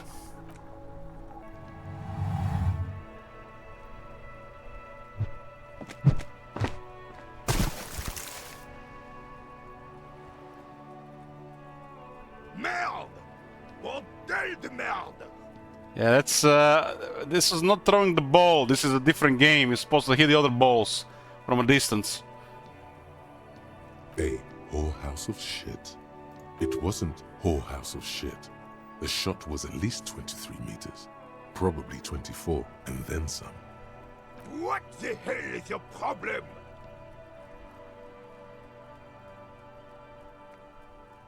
Not a weak right triceps, that's for sure. I don't care if you are a cop. You do not just ruin someone's game. It's so goddamn disrespectful. I'm sorry. Wait, what? You vandalized our game, son. We can't play petanque with 5 bull.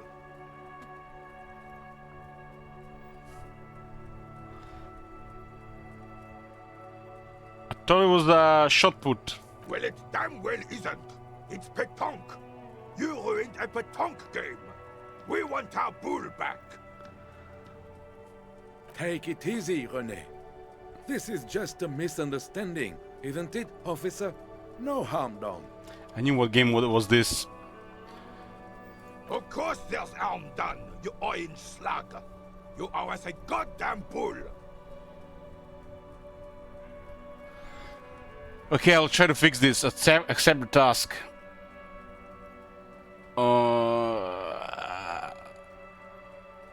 Listen, guys, the ball is gone, and I haven't murdered the soul, right? A fine example you are setting here today, officer.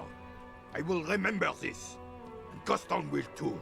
Oh, these two old timers will be dead next week, so who cares? It's okay, officer. Forgotten completely. It was my bull, and I have a spare. Everything is good, and we're ready to assist any way we can. The lieutenant says nothing, but his face is rigid. It seems he does not approve of your athletic displays. What is this? Renee, I found your guard boot. Yes, the Debardeurs Union pays me to stand vigil during the nights. Not out of any political allegiance, mind you. I'm an old man. Don't sleep more than a few hours every night anyway, and money is tight. You must have seen something on the night of the murder. Your boot looks right in the yard. Yes, it does. Unfortunately, I wasn't working that night. Been on a 2-week leave since last Monday. Hold on, why are you on leave? It's a private matter. Nothing to do with your investigation. You see, officer, René is the kind of man would rather die than admit he needs medical assistance or, God forbid, sick it. A real man's man is just gonna ride it out. Yeah, fuck hospitals. I'm fine, goddammit. Mind your own business. It's nothing. Just got to cut back on coffee. So who was working your shift that night? No one. The boss has been unmanned since last Monday. There's no other guard. It's just me. No one has been guarding the container yard since last Monday. Yes. It's not actually an issue. I mean... Look, officer. The container yard doesn't actually need a guardsman. Never had one before René. Monsieur Claire had that booth built specially for him. It's mostly decorative. Mostly decorative? The possibility of someone being in there is enough to discourage any ill-minded individuals. Evrard created this job for René because he knows the Royal Carabiniers' pension of honor and PTSD isn't something a man can live off. A decorated Kingsman collecting tear reflects bad on the whole neighborhood. His words.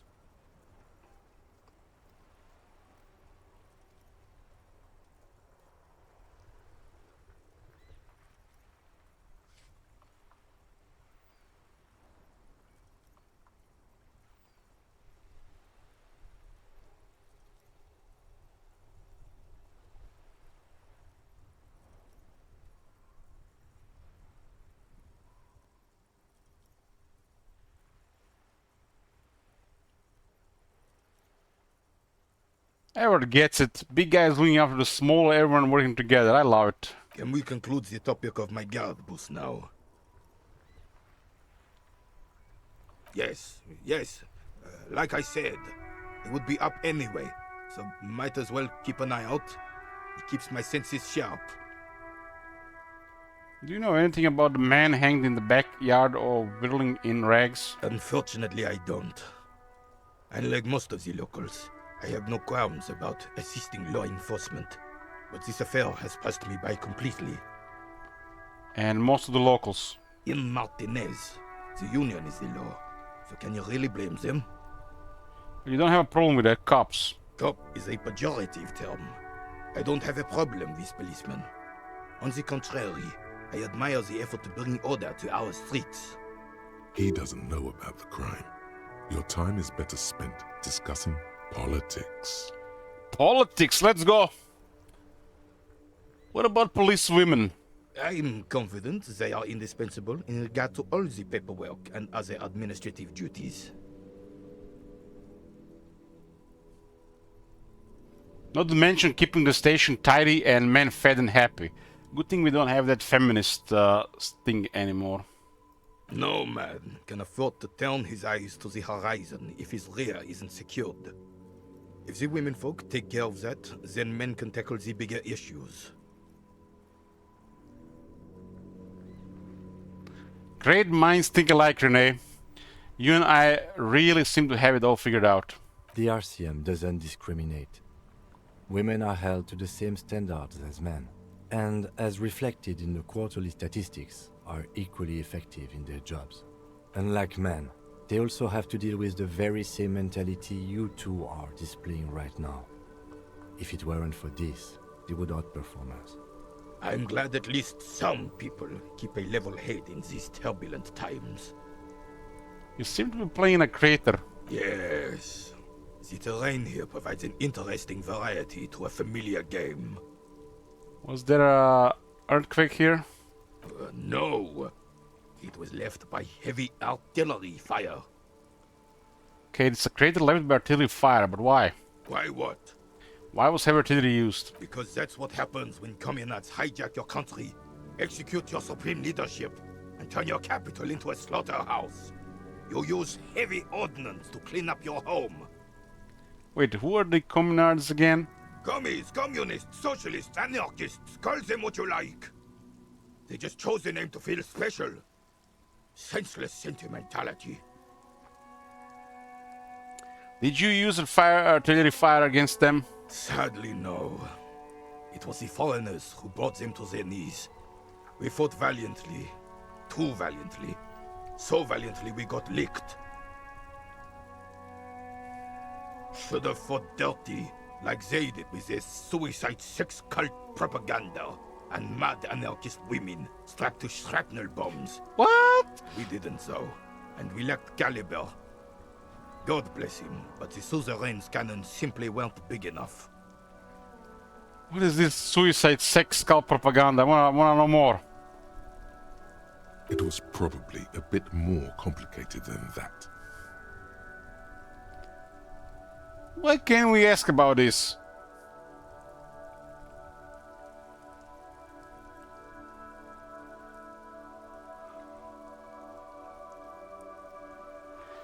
Look around.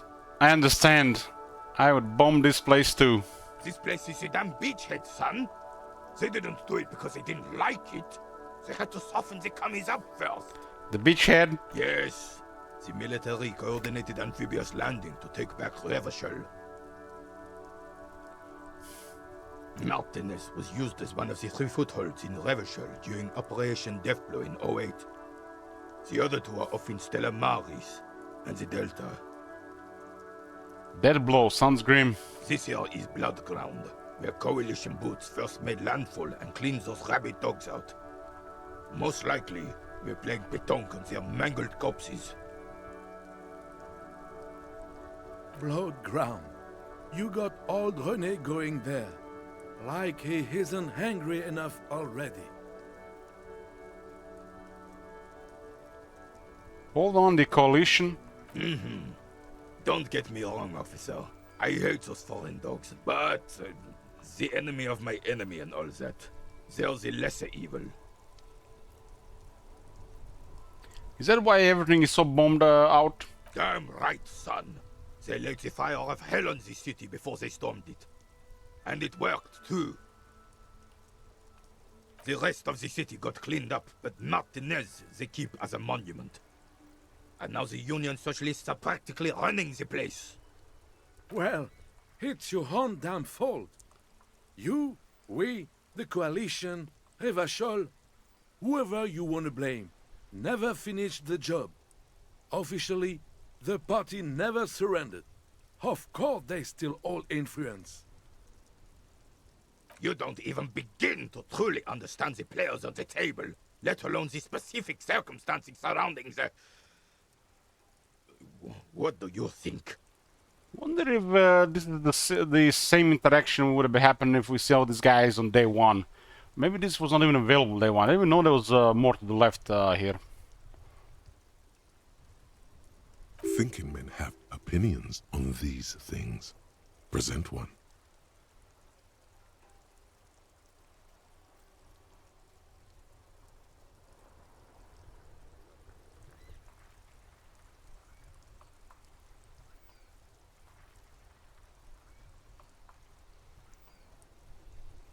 Because you can only progress so much before the time advances the next day. So I'm guessing this is the same thing we would have experienced if we done it before. Only some things will progress depending how we access them.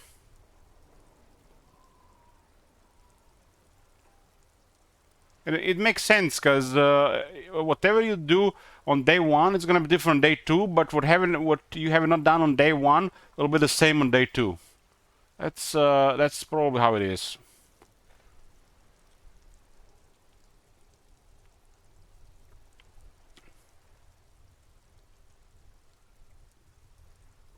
Commies just don't understand how money works. No, they don't. But I'm sorry it had to be the Coalition. After 8 years of fighting rabid commies, boiling cats for food and drinking piss in the mountains, I would have preferred if the Right Honorable King Guillaume returned through Revachol. Guillaume? Or even if that damn clan Frissel had risen from the grave and led us. Sadly, that was not the case. Instead, all that is just, holy, and beautiful in the world was wiped away, and now it's neon signs with toothpaste ads everywhere. Foreign influence peddling garbage and stupid music on the radio. This is just what the commies wanted. This was their plan all along. This is what they wanted to replace the role of the suzerain with.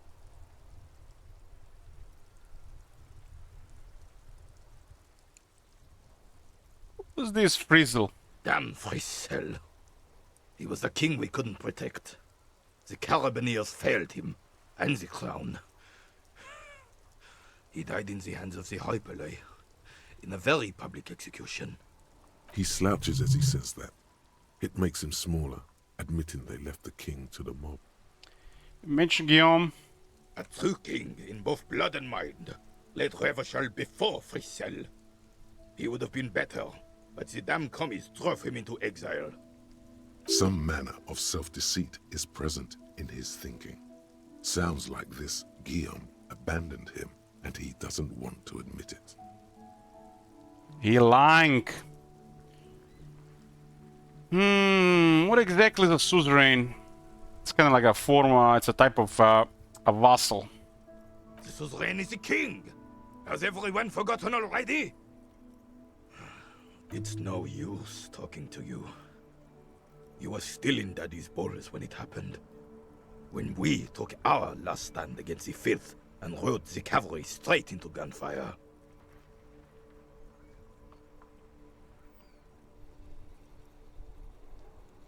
Composure.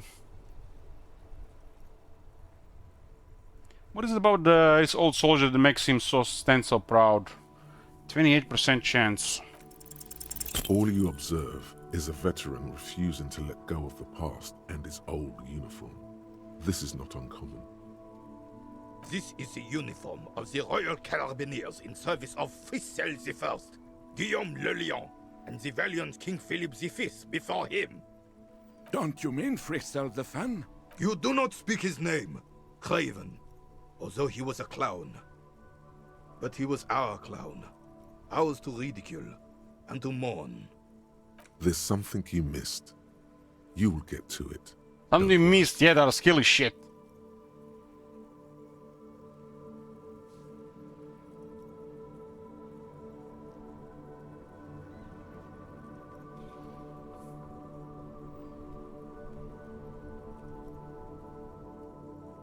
So another vassal is the one who lords over a vassal.